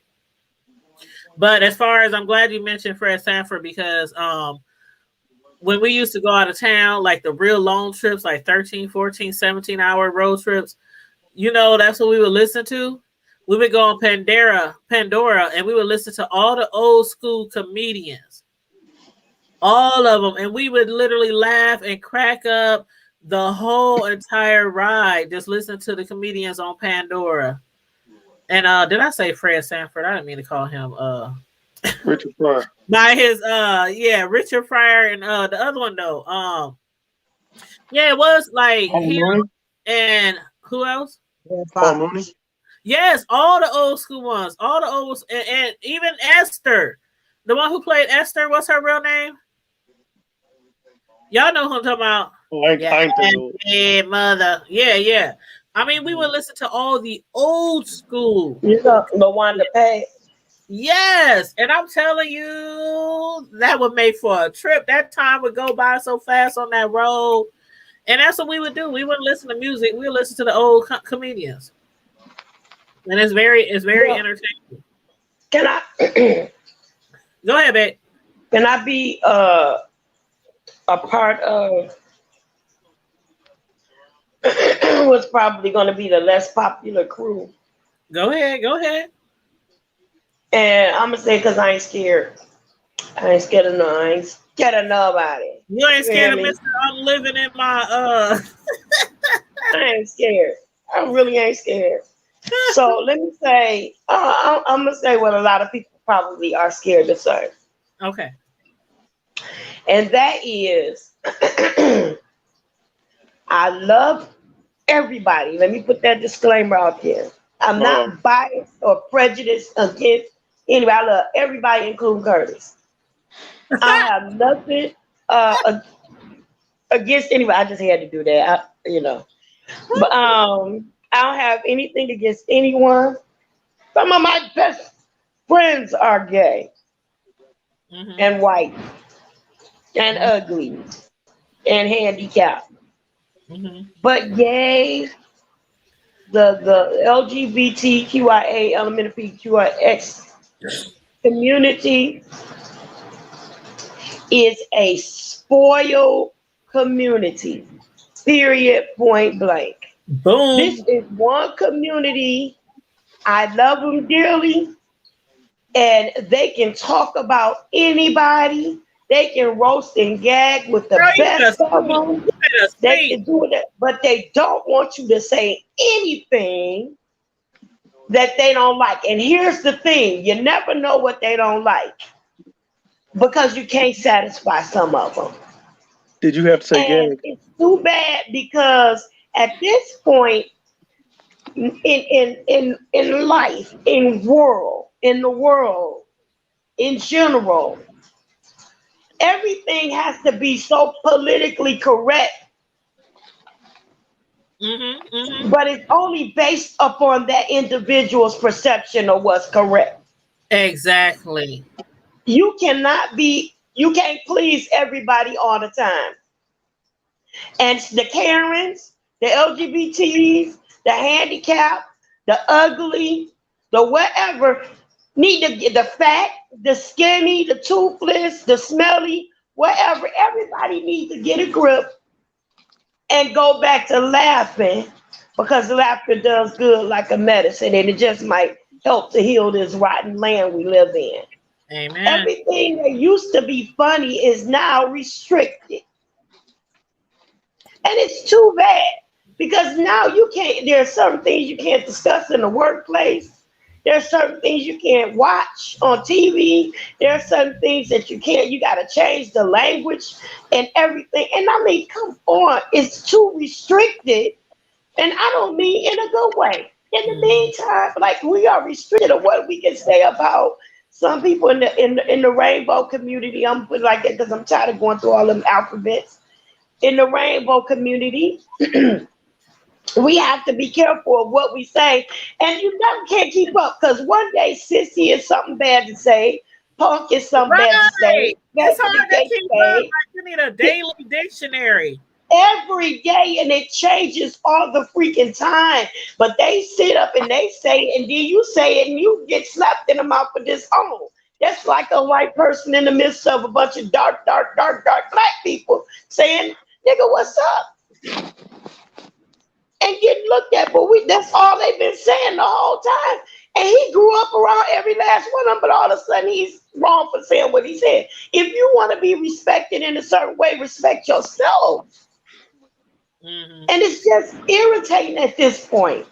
It's really irritating. I mean, all these people feel like they are the greater good because of the simple fact every time they want to change something, they start a petition or start a march to change it. But at the same time, our blood is still being spilled senselessly.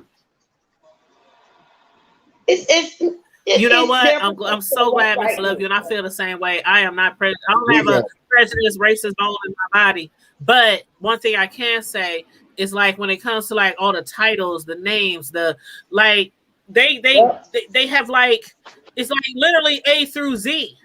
And if you say the wrong thing, because I mean, how do you keep up? Like, this one want to be called them, that one want to be called her, that one want to be called she, that one want to be called. I mean, it's so much. Like Dave Chappelle said, which I thought was really true and funny in his stand-up comedy on Netflix.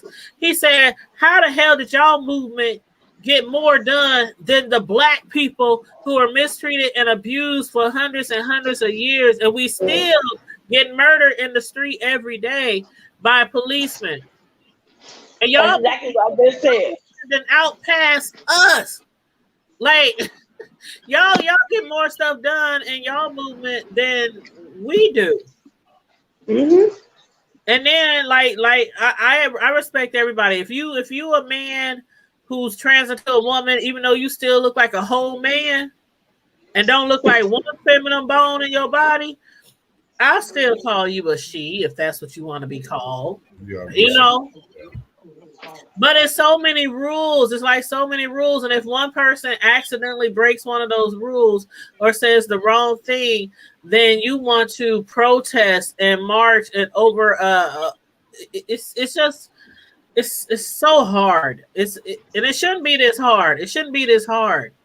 Can I say something? Please do, Sean. Okay. Please.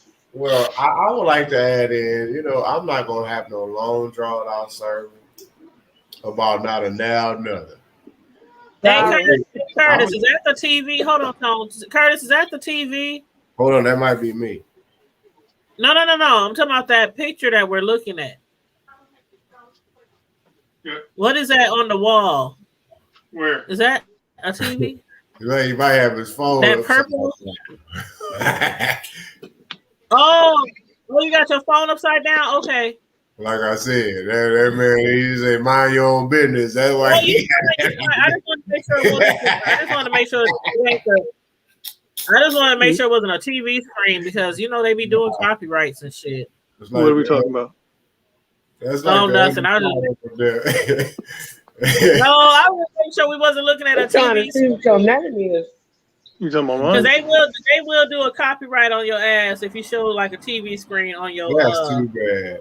Yes. Who are we talking about? Mine? Oh, we talking about like all the different names. Like a view in the chat. She said it can be very confusing. She doesn't want to offend anyone, but it's very confusing when y'all have all these terms and y'all expect everybody to know all these terms. Leave it out. All I can say is this. Since that's universal law. Since to each is his own, right? Everybody to each his own. Yeah. Why is it so difficult or almost impossible for everybody to abide by that to each his own? Okay, I mean it's okay. So what? I don't agree with every damn thing that every last one of y'all. I mean, that's nothing personal. I still, the amount of love and respect I have for each individual one of y'all, on the level that I have, is not going to change. I don't always agree with my sister Tanya. I don't always go with every damn thing that she believes and how she do what she do. That's what she do. Whatever turns her on, that's what turns her on. I ain't got shit to do with that. What I do is what I do. If you don't like it, I can give a flying fuck if you don't. Who gets arrested? Stand in line with the next. All I'm saying is that if something, to me, it's about control. Because if you feel like that because I am not the get along to go along gang, and I'm not, okay, just because I'm not standing out and and doing sign flips and cheering for you and woo woo woo. If I'm not standing up with my fist up for your cause or your lifestyle, what you do, you would take it personal. But if I don't agree with it, I don't agree with it. But I'm not about to. It doesn't make sense. It's not equal for. You don't have to say. You don't have to. You don't have a right to try to suppress how I react or how I feel or what I do based off of the fact that because you don't like it. If it's something that I don't like or I don't care for, I'm not going to make a big issue about it. But you don't have that divine right to suppress how I feel or how I may express. You see what I'm saying? It's kind of like you feel like that you're the only one that can say something about the whole situation and nobody else has a right to voice their opinion, or we're going to silence you, or we're going to shut you down, or we're going to cancel you, or you're not going to be able to do this, or you're not going to be able to feed your family, or you're not going to be able to eat, or we're going to blacklist you. You're going to be a nobody. No, fuck that with it. That's where it's going to be a whole bunch of obituaries showing up, because you're not going to sound in shit this way. Especially with if I okay, look, we all got gay folks in our family. We all got whatever, however you want to call it, whatever you want to call yourself, freaking nature. I don't give a shit. It ain't paying. What you eat don't make me shit. It ain't paying my bills. So get off your high horses. That's basically what he was basically saying, Dave Chappelle, the other day. Get off your high horses, because there ain't shit that you can say or do or whatever else is gonna make me stop doing. What you eat don't make me shit. It's not gonna stop who it is, who I am, to make what you want to do, control and change my narrative on how I look out on life. Like, oh well, since that means I can't do this, or I can't go here if I can't do this because this is what society says. This is the norm. Okay, well, if that's the norm, then I'll tell you what then. Since everybody's saying that was homophobic or this is a phobic. Well, if you feel like I'm being phobic about something, whether it's in my speech or my presence, you keep your monkey ass and them anky ass, them dusty ass ankles over there where you keep them at. I ain't got nothing to do with that. Stay away from me. I'll stay away from you. I don't want to hear that. We are the world. We are the children. Let's hold hands. Fuck that. If that's what you do, just like they have their own society, right? I mean, it's kind of abnormal for a straight individual to go into a society that, that is, on that level and just hang out and start bashing them. Then you're in the wrong because you setting yourself up for failure. But just because that's your lifestyle, don't give you a right to control the whole narrative. You're not the reason. You're not the motherfucking answer. It don't work like that. Right, That's just my pinpoint on that. I do like your point that you are making, and I agree with a lot of things you said. I believe in the agree to disagree thing. If I don't, but Curtis, he got something to say too. Let me hear what Curtis has. All respect to you, Brother Tone, but me and Mr. Whiskers here take offense to the term monkey. We identify as cats over here. So if you would please. Man, I knew you about to say something already. You childish as hell, boy. Respect that we identify as cats in this household. Right on. I know he was really gonna say something. Right, he put his hand up like he had his hand up and everything. I'm like, okay, let's hear it. Oh no, I didn't want to offend the brother. I agree with a lot of what he said too, but I just felt like, I ain't been here for a minute, so I gotta do what I do. Nothing personal. But you have some very valid points, Tone. I agree with you there. Man, I'm not upset. Like I said, I'm not, dude. Whether a person agrees or disagrees, it's okay. My thing is just that we got to get off of this high horse of thinking. People just look, man. The negotiation table is out of the window when it comes to you're gonna if you don't. The minute I hear anything that even evolves towards that scenario of if you don't, man, fuck you. Go shovel gravel and kick rocks. I'm not about to deal with your bullshit. I'm not about to deal with your personal idiosyncrasies or whatever that bullshit is in life. No, because you're not about to just control the narrative. You're not about to just have me go get the ingredients, make the cake, bake it, cut it for you, and serve it to you. but I can't ask you for not even a smidget. No, it's my cake. Well, shit. That's the world we live in. You better take your ass on and go do the same damn thing I did to prepare that damn cake. But again, the facts are that's the world we live in. We have That's too created bad, a society. bro. Yeah, that's too bad. A society that everybody is easily offended and expects their feelings. Well, I'm agreeing that they've been spoiled. I'm offended. I'm offended by the nigga shit. I'm offended by the bullshit. Okay. And just like you said.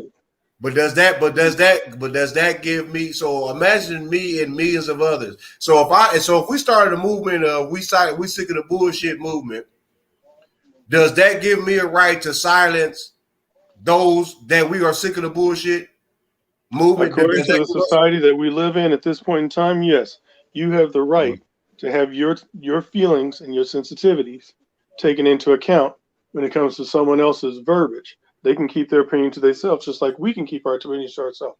But nobody wants to go by that. Everybody wants to go by, I have a feeling, and you're going to listen to what I have to say, and that's all it's going to be it. Nobody wants to get back to that point of grow the fuck up, grab some balls, and let's move on. Right. Why can't we be baby? Like Tom said, they've been baby. Why can't we be baby?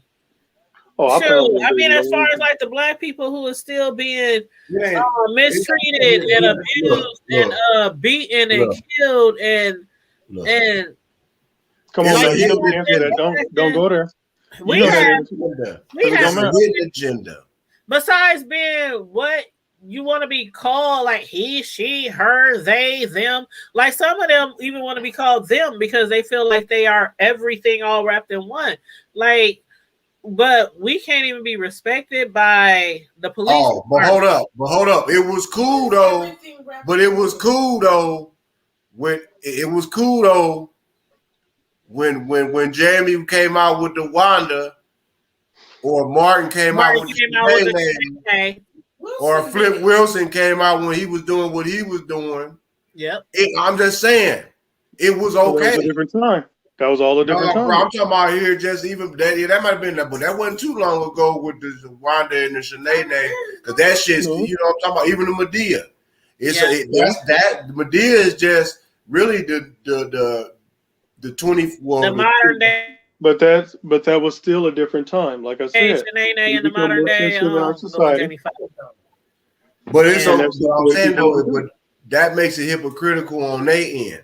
So you can't be a hypocrite and be right at the same time. You can't be the truth maker and creator and be a hypocrite in the same time. It depends on who's making the rules. Yeah, I think what Tone is saying is like white people, trans, everybody can laugh and joke about those characters. We are very entertained by those characters. But when it comes to that particular community, ain't no joking. Ain't no he kikiing.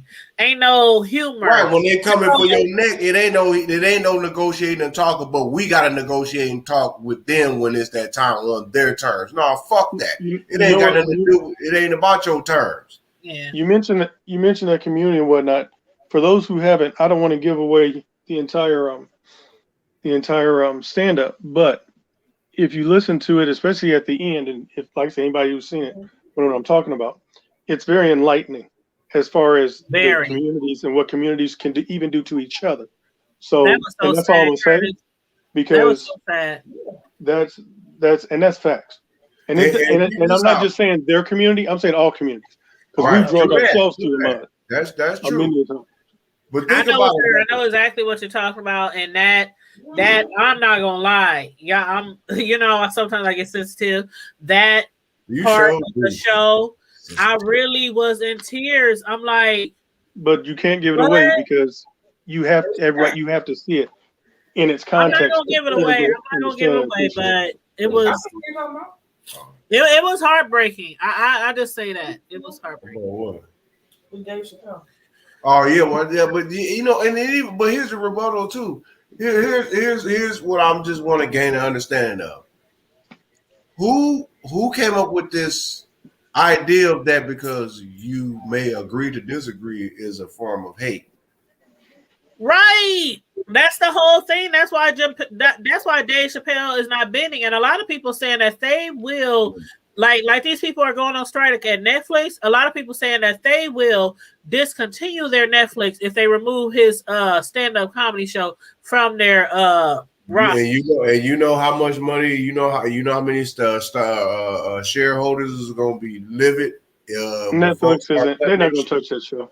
They knew what they were putting out before they put it out. Exactly. So hell, they still got the other one on there. They still got Sticks and Stones, and Sticks and Stones was 10 times worse. I don't want to say worse, but it was 10 times more controversial than Closer. But why? But who got that on there? I watched it the other day. Okay, so basically, so society is supposed to accept all of the above as a normal day-to-day aspect of society, right? That's just the way it's supposed to be, right? It's just supposed to it's just that it don't matter how you look at it, no matter whether it's proven right or proven wrong, it don't matter. You're going to have to accept it is what it is, and you're going to have to live with it. And if you voice any opposition on any level, we're going to crucify you. This is how this whole scenario is leading to, right? Right. Because it's not like he's on there slandering people. It's not like he's on there saying, "Oh, because you're trans or this, you're nasty, you're disgusting." And here's my that's issue. The shit that we used to. That's the shit that comedians used to joke about back in the day. He wasn't like real ratchet in his jokes. But here's my issue about his experience with people, and what's wrong with giving your experience? Because apparently, if it does not go with the MO, then apparently it's going against the MO, and then it's opposition. So when you got people that look at that as opposition, then that is a problem. But see, that's why I said a lot of people, I agree with the YouTuber S. Hutchinson. I believe a lot of people who are protesting did not watch the video, because if you watch the whole thing, there is no way that you can just think that he was just being nasty and demeaning and homophobic. And I can check this out about his experience. I can even give y'all a scenario. I can give y'all, not even cut you off, so I can give you a real quick scenario, right? Go ahead. If y'all paid attention, because the lessons teach me, is to pay attention to the Europeans, watch their news, listen to their radio. They tell you everything they need to know about them. But anyway, if you look at, like, for instance, with this Delta 8 thing, me and my wife was looking at this, and about this lady was talking about her child had got a hold of this cereal or whatever that looks like regular cereal, but it supposed to have THC cannabis in it. And how could someone get a hold of this? And how, for one, what was your child, even what vicinity was y'all was even around to be around anything that was packaged that looked like cereal or any edible or any of that? But y'all running around here talking about, it's just bad, and it's going to, it's linking up in kids. Well, of course they're babies, and if it got a high dosage of some doggone good ass weed or a good strain, of course it's going to, like, they're kids. It's going to disrupt them. So my thing is that nobody was paying attention. I mean, I'm talking about it's like 39 states that was selling this shit. And now, because even down here, even one of the smoke shop guys around here, he like, man, after whatever I run out of after September, they shutting it down. So if you want it, you come and get it. But other than that, I can't sell no more of it. Make a long story short, we're still trying to figure out how is it that this child got a hold of an edible in a general situation. But then you get on national TV and Good Morning Americas and CBS Northern News and all that old shit, and shit go viral, complaining about this is the dangerous situation where children can just think that they're eating candy and they're eating drug-infused candy and cereal. Well, for one, what vicinity is they in? Because don't you have to be a certain age to be able to even get access to those type of materials? Yeah, I thought that's how it worked. But you know what? That happened here, not too far from where I live. And what happened was, it was at a gas station, and they were packaged, just like the candy, and they looked in the package, but they were like $10 or something a bag. Now here's So who the the hell is thing: a wrong mind the gonna pay parent $10 was the for? one that the parent was the one that made the purchase. I wish my grandchild or any of my kids talking about I'm paying $10 damn dollars for a little funky The ass damn parent thing. made the Damn purchase shit. Really? and paid the $10 or $10 or $14. That's her little dumb bag ass of donuts fault. or whatever. And they didn't ask it. Oh well, just give it to him. Tommy wants it. Tommy Wow. has it. Blah blah blah. So That's it was her actually fault. them that Did you gave say that? it. Exactly. My wife said that shit. My But wife they said didn't. There is no way that my child. I don't care how much I love you. I was saying in front of the owner of the grocery store, "Oh, we can get that cheaper at the Dollar Tree." I'm not about to pay no $15 for a pack of no That's gummy worms what or I'm whatever. saying. So that to me is a recipe for disaster. You basically are an implant. You're infiltrating something to make something that looks bad that is not bad. Like, I mean, really? I mean, even if there is a bootleg version, even the bootleg version is still trying to copy the package. It's just the words might be smeared, but it's still gonna tell you. I think they were Gushers. They were Gushers or something like that. No, they were some But cereals. they still are labeled to tell you Cause that it is. I got a plug. Real talk that he make all them joints, Rice Krispies, Fruit Loops, all that. He packages them shits. I mean, he got the. Are you for real? So Real we done talk. really upgraded from brownies, huh? Oh, brownies is just a regular. They got cereal, hot Cheetos. Are you serious? Cough syrups. See, I ain't never been into No, one I'm of talking those. about real shit. All that stuff. Real I ain't never shit, been not no into fake one of shit. those, I ain't never been into one of those establishments. No, it ain't even this. Sis, hey, if you know the right folks, they got the right real deal. You know, real talk. I mean, you got some brothers and Oh, sisters. so that this is some stuff that might be made in somebody's kitchen. No, that too. But they have I got mean, their like at home, like yes, they got their certifications. They be at these expos and all that, and they making bukus, big bread. Because they feeling right. They hosting parties. I'm talking about pizzas, all that, can of butters, can of pizzas, can of candy. I mean, they making livings off of this, and it's legit because they know it. They did the train. You gotta be right with your shit. I'm in the wrong career. Nah, man, listen. Rice Krispie treats. All that, sis. When I say I can get you some, I'm talking about the muffins, anything that you talking about with cookies, muffins, brownies. Well, y'all know I'm a baker, I'm a cake decorator. So if I got me a license, I can like sell slices of. Imagine if that funky ass Nebraska. I love my home state, but imagine if they all allow cannabis. Yep. I don't know if you have to cross the river. I don't know. Nebraska is why we are so. There's some jackasses. I don't know. It's like everybody around us have given in to it. Like it's It more, ain't money for, giving in, more so. money for the city. Like it's taxes. It's more money for the. But how in the hell do you can watch a neighboring state pay off their tax coffers just off from the sales tax of selling? Right. Regulated. We ain't talking about the unregulated. Y'all worried about the unregulated. Y'all just mad because y'all can't get that unregulated black market shit. You'll never be able to control the black market. You'll never be able to tax the black market. Let it go. Just try to figure out your way to synthesize it like y'all been doing. That's why nowadays, if you're a smoker, if you know, find me somebody that, even if it's some decent, good ass halfway, you find somebody that finds some seeds in their shit. Every damn thing seedless. Watermelon, grapes, every damn thing seedless. Weed, you name it. Apricots. Apricots ain't supposed to be seedless. Really?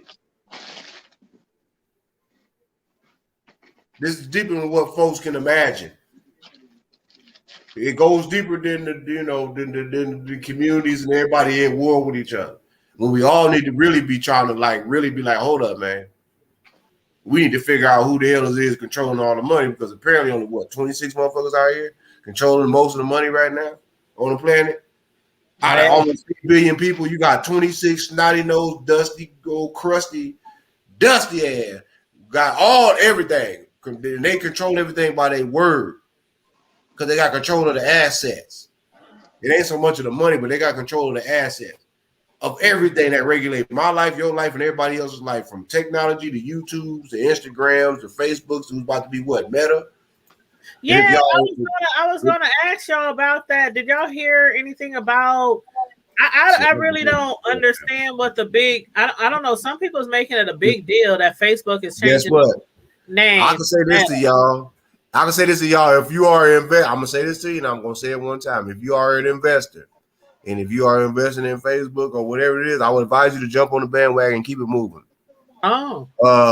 If you are into that and that's what you try, I would advise you to invest your little nickel, dimes, and pennies and quarters and all that, whatever your little piggy bank chain. Better get in when you can fit in, because guess what? Ain't nothing stopping. Mark Zuckerberg ain't no fool. He might act a fool. His policies may be foolish, but he ain't no fool. That's the great grandson of a Rothschild. He's not nowhere. He was already implanted and put in place. He know how to capitalize. Yeah. He know how to buy up when they say the best time to buy up everything is when the blood is flowing in the streets. And right now the blood is flowing in the streets because everybody bleeding. Yeah. Well, they saying that they Facebook basically, of course, online, what we use is still going to be called Facebook, but their umbrella name is going to be Meta Platforms Inc., or Meta for short. And basically, Mark Zuckerberg is trying to say that it's going to reflect their commitment to developing the new surround yourself technology known as the metaverse. I don't know what the hell they're talking about, but I know this came from the backlash of all the leaked documents. Well, here's I can explain it to you just a little bit on my version, just what I understand and know about the blockchain technology. Okay, hey Miranda. What it is that he's setting himself up into that technology. Metaverse is kind of like an augmented 3D reality type. They got technology called yield farming, where people actually they'll take a certain type of technology. For instance, you have different technologies, what you call cryptocurrencies, coins, tokens, all that. And these technologies they solve different equations. They all are mathematically computed. They all solve different areas of life. Mm-hmm. Now you got every industry that's getting involved, right? Mm-hmm. You have two different levels of a technology. I'm about to say this to y'all, and just make this. I'm gonna make it quick. There's 4 levels when it comes to blockchain technology. It's permissionless. It's programmable. It's borderless. That means that it can go anywhere across any state line, any country, any nothing. Nobody there ain't no law regulated or nothing. It's programmable, permissionless, borderless, and what's that other one? Hold on. Wait, give me a second. Hey, Marlo, welcome. Which one? Hold on. Wait. Give me 5 seconds. I bullshit you not. I'm about to give you the 4 characteristics. Here we go right here. My bad. Programmable, permissionless, and hold on, because I'm in the half dark reading this. And censorship resistant. That's what makes up the 4 characteristics that determine what a real cryptocurrency is. Cryptocurrency That's what metaverse. That's all. They are all in on that blockchain technology information, which is what was that. That's what created Bitcoin. Oh, okay. You see what I'm saying? Bitcoin didn't create blockchain technology. No, Bitcoin derived from blockchain technology. Those 4 characteristics I just said to y'all about censorship resistant, borderless, programmable, and censorship resistant, all that is what it was basically created to basically offset everything. It's a way for the common man and the poor man and the downtrodden and the throwaways and all that to basically get to gain their freedom. How? How do you gain your freedom? You get your time back. When you can get your time back, because when they say time is money and money is time, you think about it. I go and take 8 hours of my day, right? It's only 24 hours in a day, but I'm taking 8 hours a day for somebody to go pay me a wage, $10, $15, $20 an hour, right? But still, though, at the end of the day, say if I go and buy a $300, I'm just saying, somebody going to spend $300 on shopping. You got to think, how many hours did it take for you to make that $300? So but are you saying when you were saying if people are invested in Facebook, are you saying to continue investing, or you're saying a true investor knows that it's a time. There's a time to invest and there's a time to hold. You got bulls, you got bears. A bear, he gonna shut it down. He gonna stop it up while he collecting. A whale is gonna just buy up every damn thing. But a bull, he coming through. Everybody get latch on my tail and let's go tear it all up. We rising to the top, and we ain't stopping until the bear's punk ass try to put a little bit of hold to it because the whales then bought up everything and then paid the bear a little bit of money to clog up the pipeline. Well, I know, like right before you started going into the details of metaverse or Bitcoin, you said something like for all those who are bought into, you said something.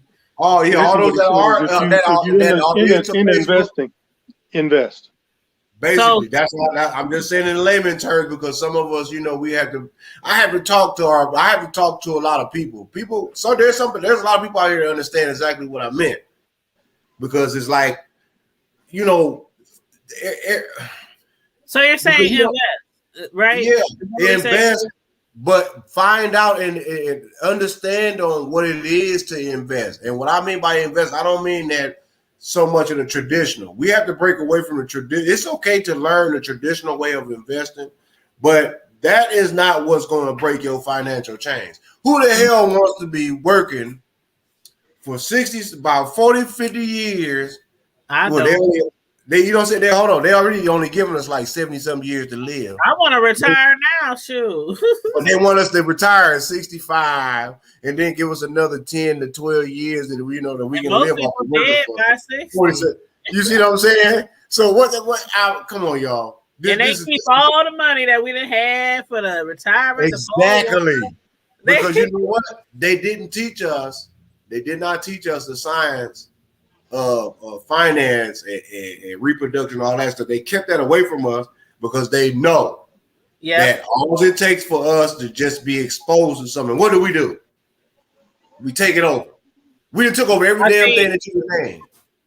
I do think that's something that they should start doing in the schools. I know when I was in school, they used to teach us how to balance a checkbook, a little bit of accounting, stuff like that. But as far as stocks and bonds, I think that it's something that they should try to implement in the school system early on. So kids, before they even graduate, before they even go to college and get that dream job, they already have their mindset on, this is what I'm going to do to help me retire at a certain time, or so that I don't have to work. Like, how many people you see in Walmart who look like they're 80 years old? Not the ones who's doing it just because they bored at home, but the ones who actually have to do it because they need the money. It don't make no sense. People 65, 70, 75, 80 still working because they need the money to barely be able to pay their bills. This technology is what is breaking that barrier down, is because once it's simple once you learn it. It sounds very, very difficult. It sounds very, very like, oh man, this is frustrating. But once you really adapt to it and understand it, it's like, oh wow. Why didn't I think? Vibrant Low said you also have short sales. All that. I mean, you know, look. Blockchain, cryptocurrency, blockchain technology, all that stuff is you have now, like for instance, folks will talk, well, Bitcoin is this, it's too high, it's too that, no, whatever. It's still the only doggone me thing, investment or something that's worth on this planet that you can invest in a small increments compared. Say if you want to go buy some gold, how much you think you're gonna pay for a whole doggone me ounce of gold? Shoot, the way it's selling for now, shoot, everything is like super expensive.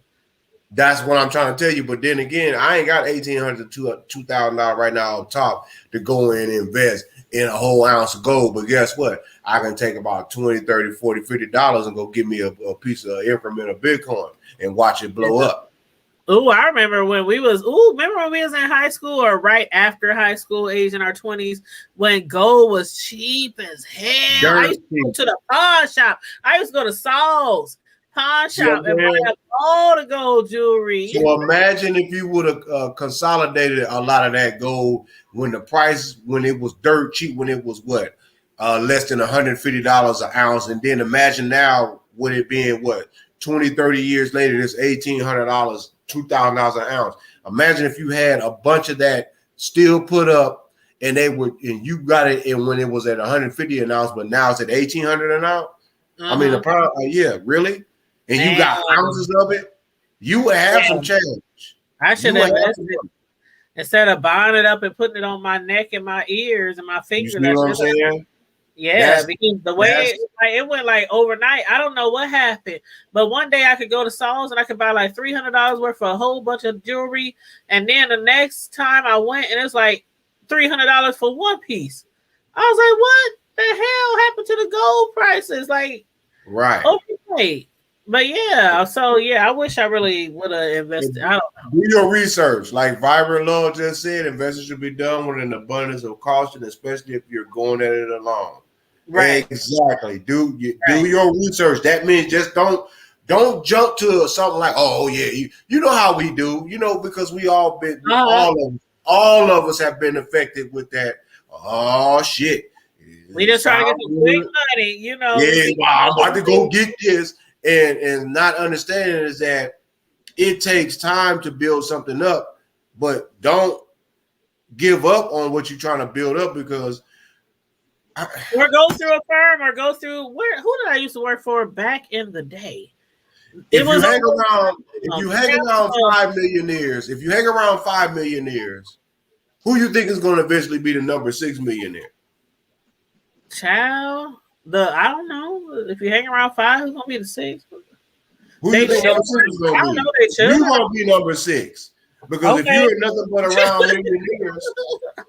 You see what I'm saying? Because if you're around millionaires for say you get a chance to be around some millionaires or what? Say for like on a daily basis, like your regular work job, say for like about 3-4 months.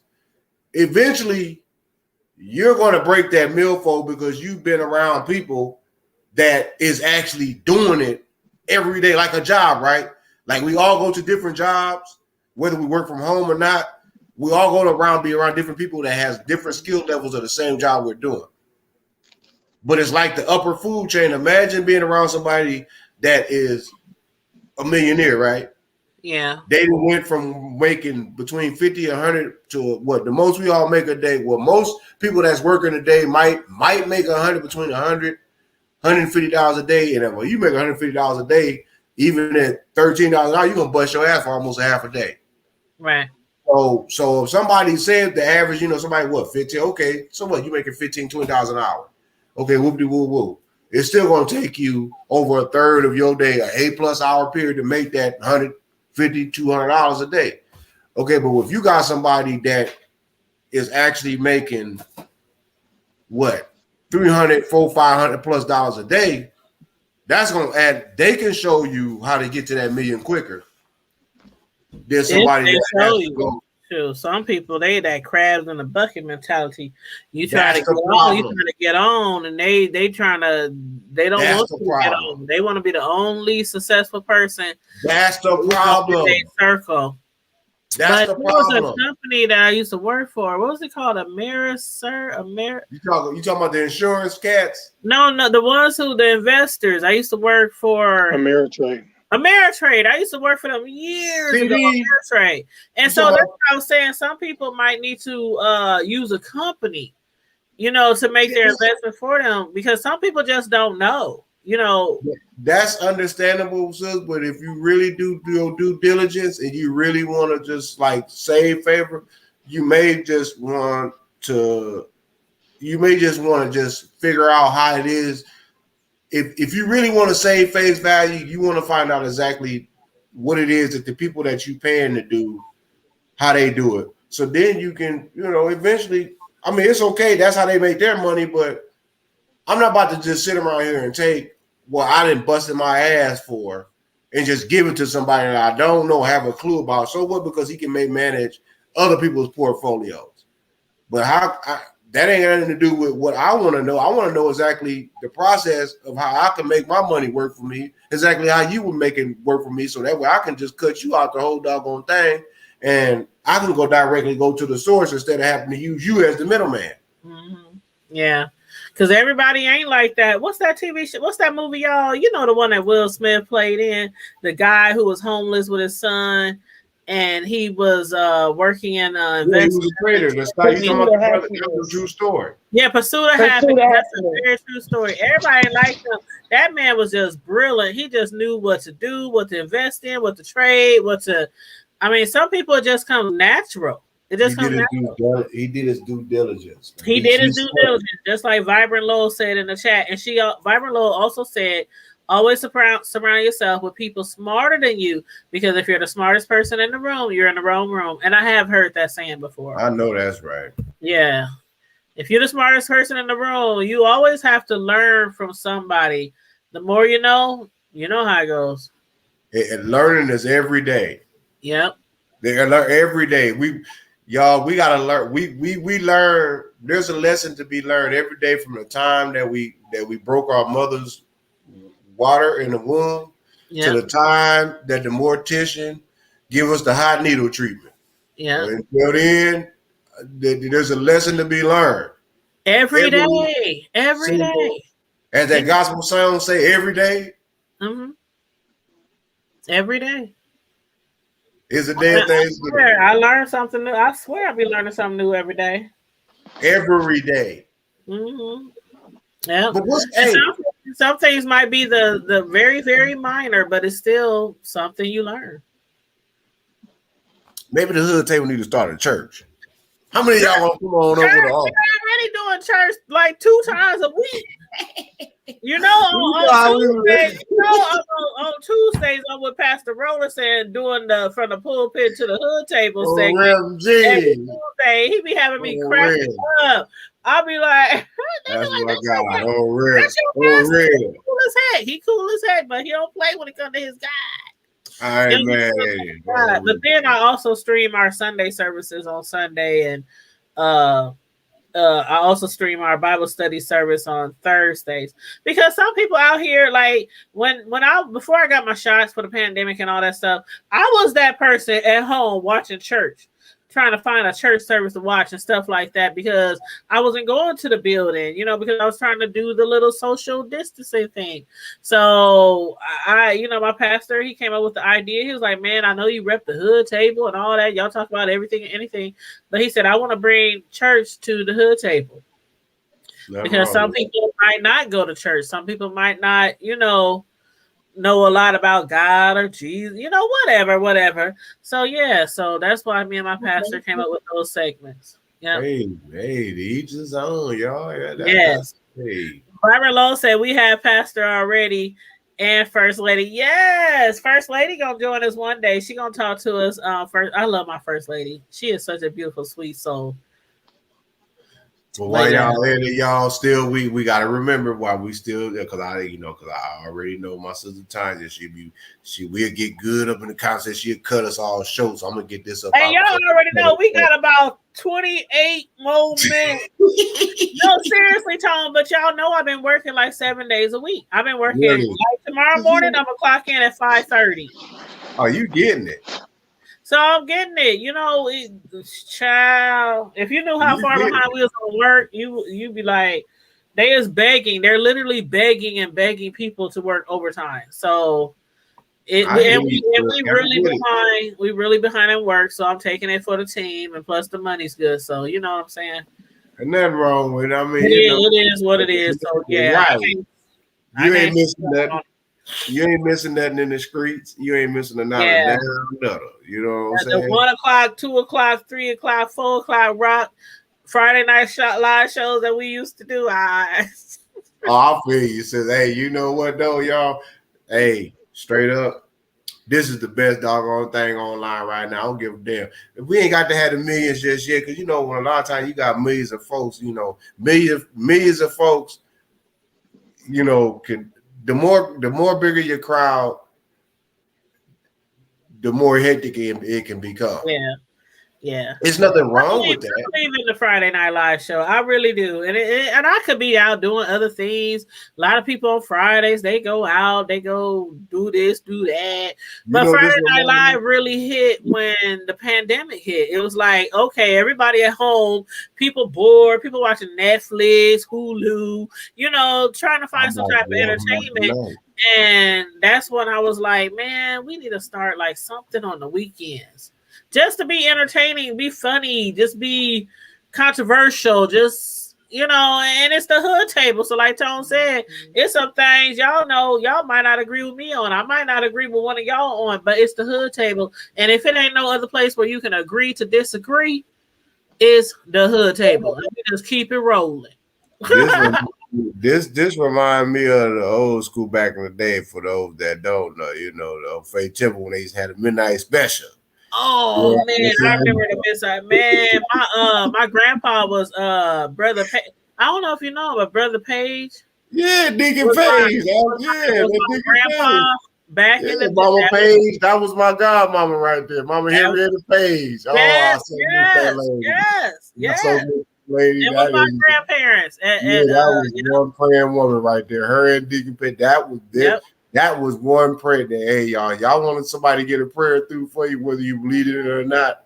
My Mama Henrietta Page was that woman, I promise you. I'm telling you. I try to tell you, no matter what it is, no matter what route I didn't win in my life and got older and whatever route I take, I know people that really can make some things happen when you need to get that connection with the Creator, man. I used to love going to Faith Temple. Man, when we went to Faith Temple when we was kids, I swear that was the most crunkest church. Yeah, because we kept it right. We kept it going down. You know what I'm talking about? We be up in there. You already know, getting it. Getting it. Man, it's the most crunkest church in town. I swear to God, Faith Temple. Everybody went to Faith Temple back in the day. But yeah, that was the. Are you making t-shirts right now? Huh? I like Curtis. Is he making t-shirts right now? No, I'm folding laundry. Shit. I know. I kept seeing you ain't paying attention. No, I kept seeing him hold up clothes and fold, but you know he makes t-shirts and stuff, so that's why. I don't think he's gonna be holding up a pair of drawers though. It make no sense. No, I ain't no drawers. You showing off your drawers, Curtis? No, but they made it on here too. I ain't seen I'm sitting in my bed. Now. It wasn't intentional. I don't want to get Miss Sissel excited. Bullshit. I ain't trying to start nothing.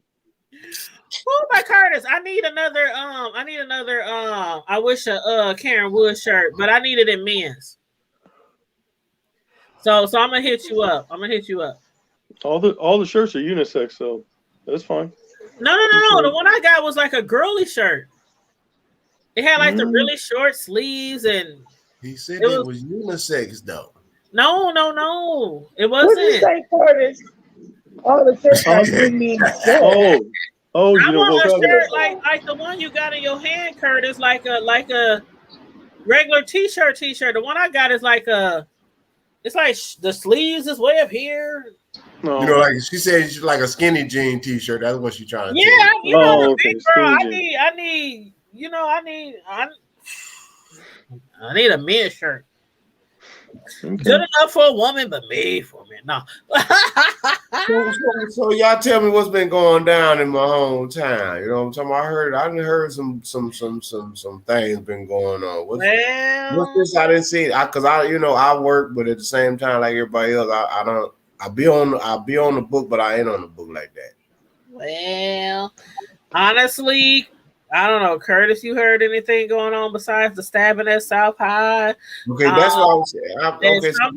Somebody. It was a murder last week.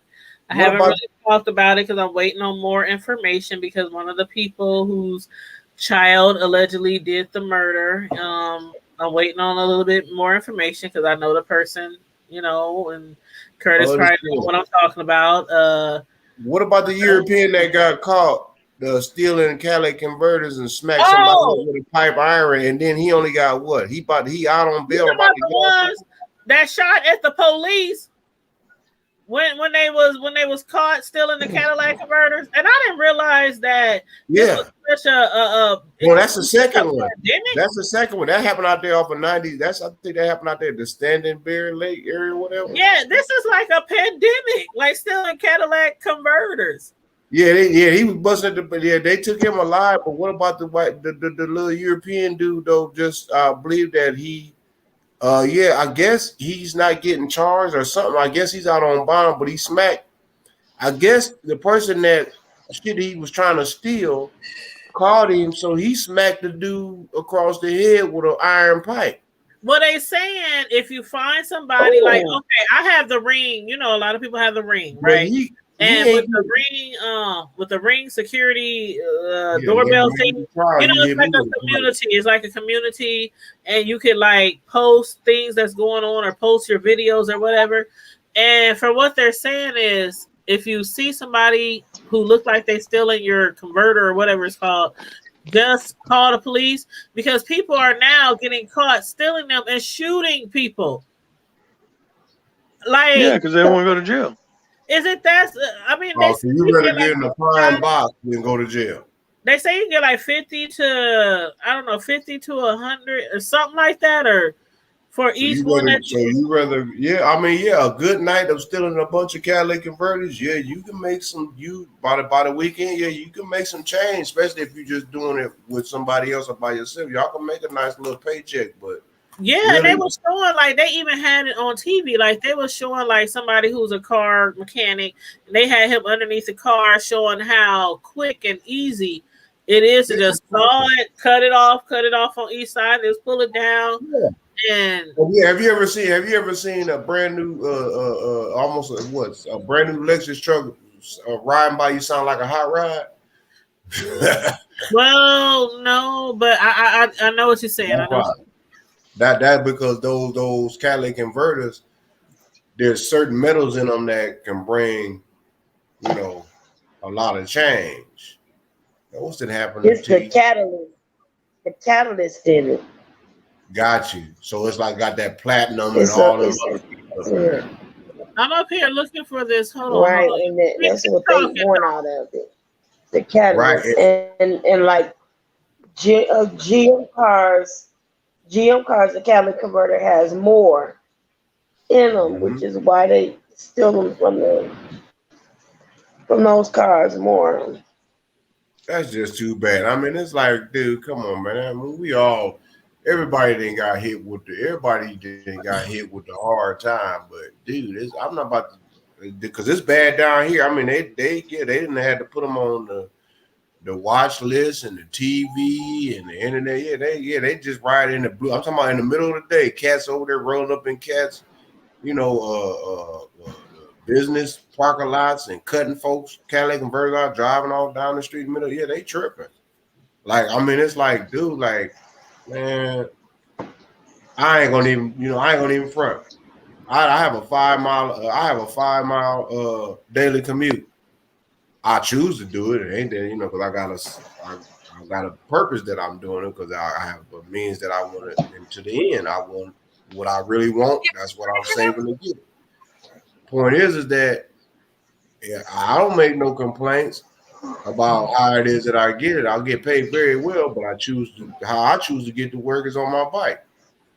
So if you're gonna like literally risk your life for a $30, $40, $50 payment for each catalytic converter, and you already know you're European because ain't none of us is gonna shoot at the police and about attempted theft, and it ain't gonna make nationwide news.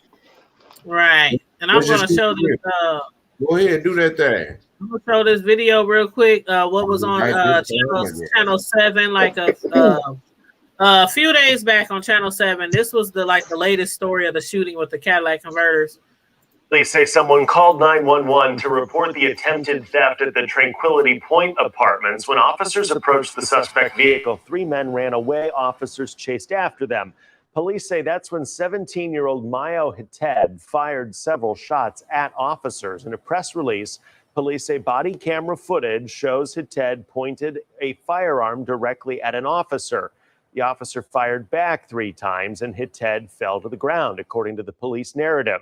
Police say Hited threw his firearm to the side and police arrested him. Again, no one was injured. Police found these 2 men shortly after. In addition to a 16-year-old boy, officers also found tools consistent with catalytic converter theft and multiple catalytic converters. You know they're going to eat them names up, right? Man, I was trying to pronounce the names. I'm like, is they from... Them sound like some Vietnamese Vietnamese, yeah. That brother's name is Shigay. Shigay something, and the other one. Child, I be like, I ain't got no middle name. The great Hotu.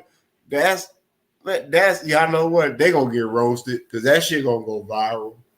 Oh yeah, it probably is, but that's why I was just like, that's what they're saying right now. If you see somebody outside in the middle of the night trying to steal your Cadillac converter, just call the cops. Yeah, that was here in Omaha. You know what I'm saying? So that's what they telling y'all to do up there. They've been stealing them Cadillac converters. They've been stealing them like crazy over the last few months. Nigga, down here we catch you on your down. If you running away down here, then yeah, we can't do nothing to you. But if we catch you on the property doing that shit, yeah, you gonna catch a hot one. Y'all got that something stand your ground. Y'all got all that. You got that castle doctor, but I'm just saying to protect your property. No, you can even now if they no considering though, because down here if they run off your property or leave, then no, you can't do that because then you will be charged. Like you gonna get some serious charges. You know, if you pop somebody and they run away from your shit, even though they on your property, but no, if they on your property and like, okay, fuck you, I'm still gonna get your shit. Yeah, I'm gonna heat you up. I'm gonna air you all the way out. Yeah. Lord, Curtis will change his name to Yes and No.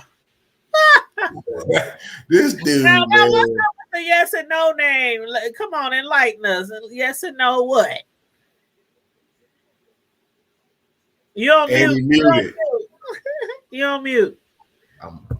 No, I said you're gonna have to ask Miss Sisla on that. She's probably the only one that can answer that one right now. She probably fell asleep again. Miss Sisla, you sleep, child? I ain't fell no sleep. Curtis like starting stuff with me. He like starting stuff with me. I'm up here looking over my bridge, trying to find out what's tea.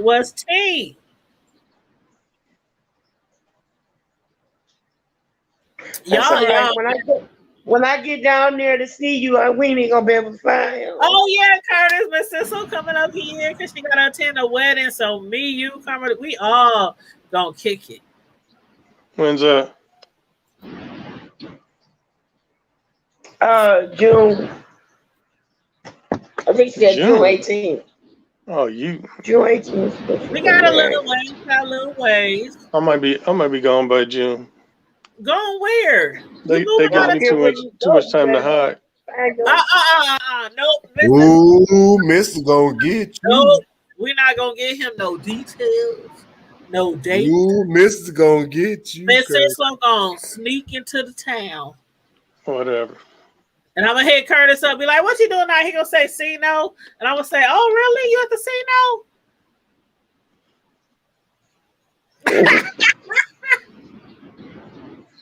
We just gonna pop up.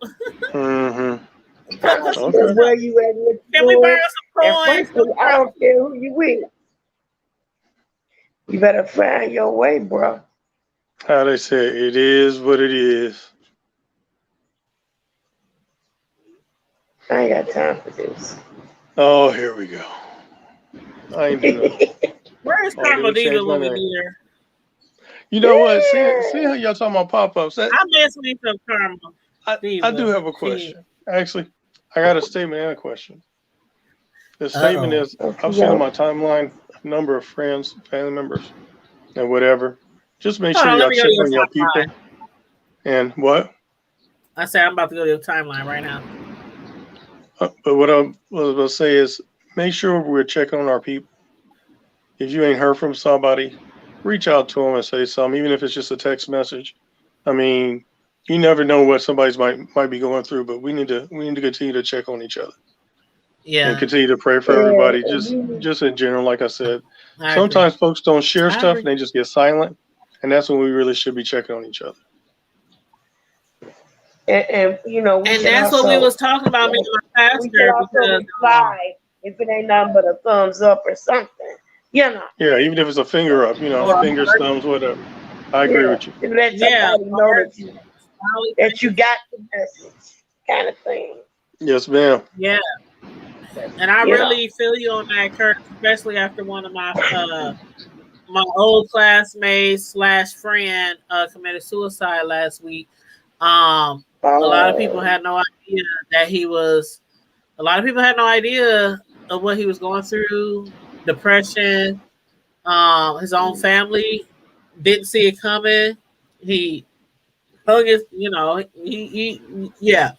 A lot of people didn't see it coming, and a lot of people in our city is really heartbroken right now because of this person that took his own life, and it's really sad. And like Curtis said, we need to do more checking up on people, our family, friends, loved ones, grandparents, parents, children, everybody. It's a lot of people who's going through stuff, and some of them is going through it silently and not even speaking about it. And sometimes it takes us being nosy, being a little bit of nosy and prying to get people to open up. But oh yeah, because I mean, you guys know my schedule. I can't get on here every weekend. Although while I'm at work, I do at least listen in a little bit and try and comment here and there. But if I disappear for a while, those who know me know. It normally ain't nothing, but it feels nice when somebody reached out and just says, "Hey, just checking on you, see how you doing." I ain't gonna lie. I'm one of those people who, if I don't hear from you for a while, I'm one of those people who go right to your social media. I be like, when the last time she posts? If I see like posts repeatedly, and because sometimes on Facebook you don't get to see everybody post on your timeline, and I'll be like, okay, but if I don't hear from you for a while, yeah, I'm gonna hit you up.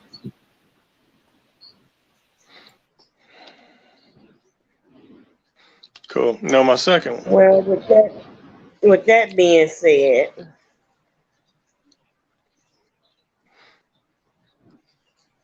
yes, ma'am.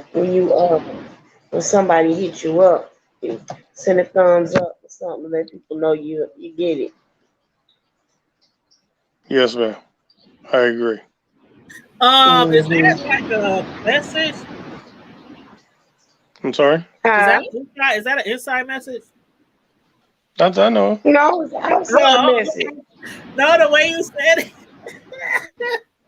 Oh yeah. I know, like she was just talking to me, like next time I message you. Waiting something. I'm over here like. I'm just saying, because sometimes you be worried about people and you check up on them and they don't respond and make you feel like whatever. Right. I mean, I had somebody hit me up the other day, said, "What you doing? I miss my friend." And I'm like, "I'm here. I'm sorry. I've been working a lot, but and then we ended up hooking up later that night for dinner and happy hour cocktails. But yeah, they was like, "I miss my friend. You're so busy." Like, You know, sometimes when people are reaching out to you, you don't never know why they are reaching out to you. So that's why you respond, like Miss Sissel said. You say something. Yeah, whatever. I absolutely agree. And is there any last minute things you guys want to say? We got like 7 minutes, y'all. Yeah, I'm about to start hanging out with what's that boy name? The Bieber and Bieber and Justin Timberlake. I'm about to make some new friends. I'm about to start hanging out with them. Justin Bieber and Timberlake. Now what's up with that? Can you imagine that scenario? Them kicking it with your brother Tom? No, I cannot. Why not? Do you see my face? I cannot. Cause you know how viral that would be. I cannot. Come on, y'all, really? Me hanging out with Justin Timberlake and Bieber, it's going down. But why those two? Why you pick those two? Because one like his peaches like from Georgia, and what's that other one? I can't with Tom right now. Hey, what's the other one? Yeah, what the other one? I can't remember what that boy is. He want to rock with you. Yeah, you know what I'm talking about. I mean, but hey, I'm trying to get my Instagram and the YouTubes up, so we can be balling. You think about it. All the followers that they got. Hell, I cannot picture you with Timberlake and Bieber. No, can't do it. Look. Okay, well, it ain't got to be them. I don't even mess with like for instance. Imagine if what's that little girl name? What's her name? The Jenner girl. Imagine if she gave the Hood Table a shout out. You know how viral you would go? What's that girl name? Was it Kylie? Yeah, Kylie. Don't she have like 1 billion followers? Yes, she do. Yes, you do. I'm just saying. I like to think. But why would she be over here unless we like make a positive comment about her mom's outfit or, you know? No, she just said she like for real. She be like, no, I own the sneak. I like the Hood Table. Y'all go check them out. But I don't know. I think we have to like attract her attention for her to even find out about it. We can attract anybody's attention if we really, really, really wanted to. That's true because again, I did get like a positive feedback from one of the executive producers of the TV show. Remember the TV show Green? What was it called? Green Acres. No, Green Ham. Eggs and ham. No, my Greenleaf. I got this. Right on. That's what's up. The Greenleaf show that was on the OWN channel. I did a review and I had posted it on Twitter. And the executive producer, they were a producer, director, and producer-director. It was 3. They had 3 titles, and they very well known. And they shared my video. Cool. So we do reach certain areas. Yeah, I had talked about that like last year when it happened. I was so excited. And then the guy that played. Do y'all watch Clean Sugar? Do y'all watch Clean Sugar? Yeah, no, I've heard. Hollywood. Okay, on Queen Sugar, there's an actor named Jimmy Dale, and he's that's his name on the show, but his real name is David Alan Grier. Jimmy Dale. Y'all know David Alan Grier, right? Oh, he's from Detroit. Okay, he shared my video. He's from Detroit. Yeah. He shared my video. He is from the detail. David, I mean, oh my God, David. I'm telling you, when I saw that, I was like, oh my God, David Allen. He used to be on like the what's that Tonight Show? Living Color. He used to be on Living Color, but that's you know that show. What was it called? He was Reverend Men in Color. Men in Color. Yeah, but he used to David Night Live. He was on Saturday Night Live and all Oh kinds yeah, of no, that's that dude, David Allen. yeah, him. I was like, what? Shut your mouth. I don't know. I haven't had a chance. Is that the Queen Sugar? Ain't that the one about the black family? Yes, and Jimmy Dale is the one who was abusive to his wife, to his ex-wife on Vi. But when I saw him share my video, I'm telling y'all, I was like, what? Because some of these people, when you do TV show reviews on certain shows, some of the people in the show, they be looking for people doing reviews on them. And they actually watch. Hollywood, Hollywood, here's the thing. If they really, really wanted some content and wanted to like make it appeal to the masses and stop being afraid, all they got to do is just come to the hood table. We'll give you everything that it is that You don't need Netflix, you don't need cable. How about you to the hood table? Exactly. Talking about we gig them up there. Yeah, you have a good night too. Yes and no. Yeah, laugh little and cry little. Already, brother. Let me know the next time you want to go to the casino. I want to go to the Change casino. your name all the time. Yeah. Get that parlay in tomorrow, bro. But yeah, we about to wrap it up and get off here. I gotta get up in like 5 hours. Yeah, nothing wrong with that. I can and get. I on the weekends I try to get my overtime out the way early as possible. So I'm gonna be up here at 5:30 tomorrow morning working. But this is my first weekend off in about. I love y'all. Love you we too, love you too, Miss Cisco. And don't y'all forget. Please don't forget to keep Karma Diva in her prayers because her mother just passed this morning. I am. Oh, matter of fact, I'm sorry. Yesterday, her mother just passed yesterday. I'm sorry. Can we pray before we go? Please pray, Miss Cislo. Is that okay? Yeah, that's okay. Please. Okay, y'all ready? Yep. You ready? Yep. Lord God, we come before you. First of all, we want to say thank you, Father. This is a day that the Lord have made, and we will rejoice and be glad in it. Father, first of all, Lord God, we ask that you will forgive us for any sins, Lord, anything that will hinder our prayers from being answered. Lord God, we come before you asking for nothing, but thank you for all things, oh Lord. And Lord God, we lift up my sister, our sister. Say her name. Karma Diva. Kianti. Yeah, her real name is Kianti. Her real name. Kianti, before you, Lord God, and her family, as they mourn the loss of their matriarch, oh God.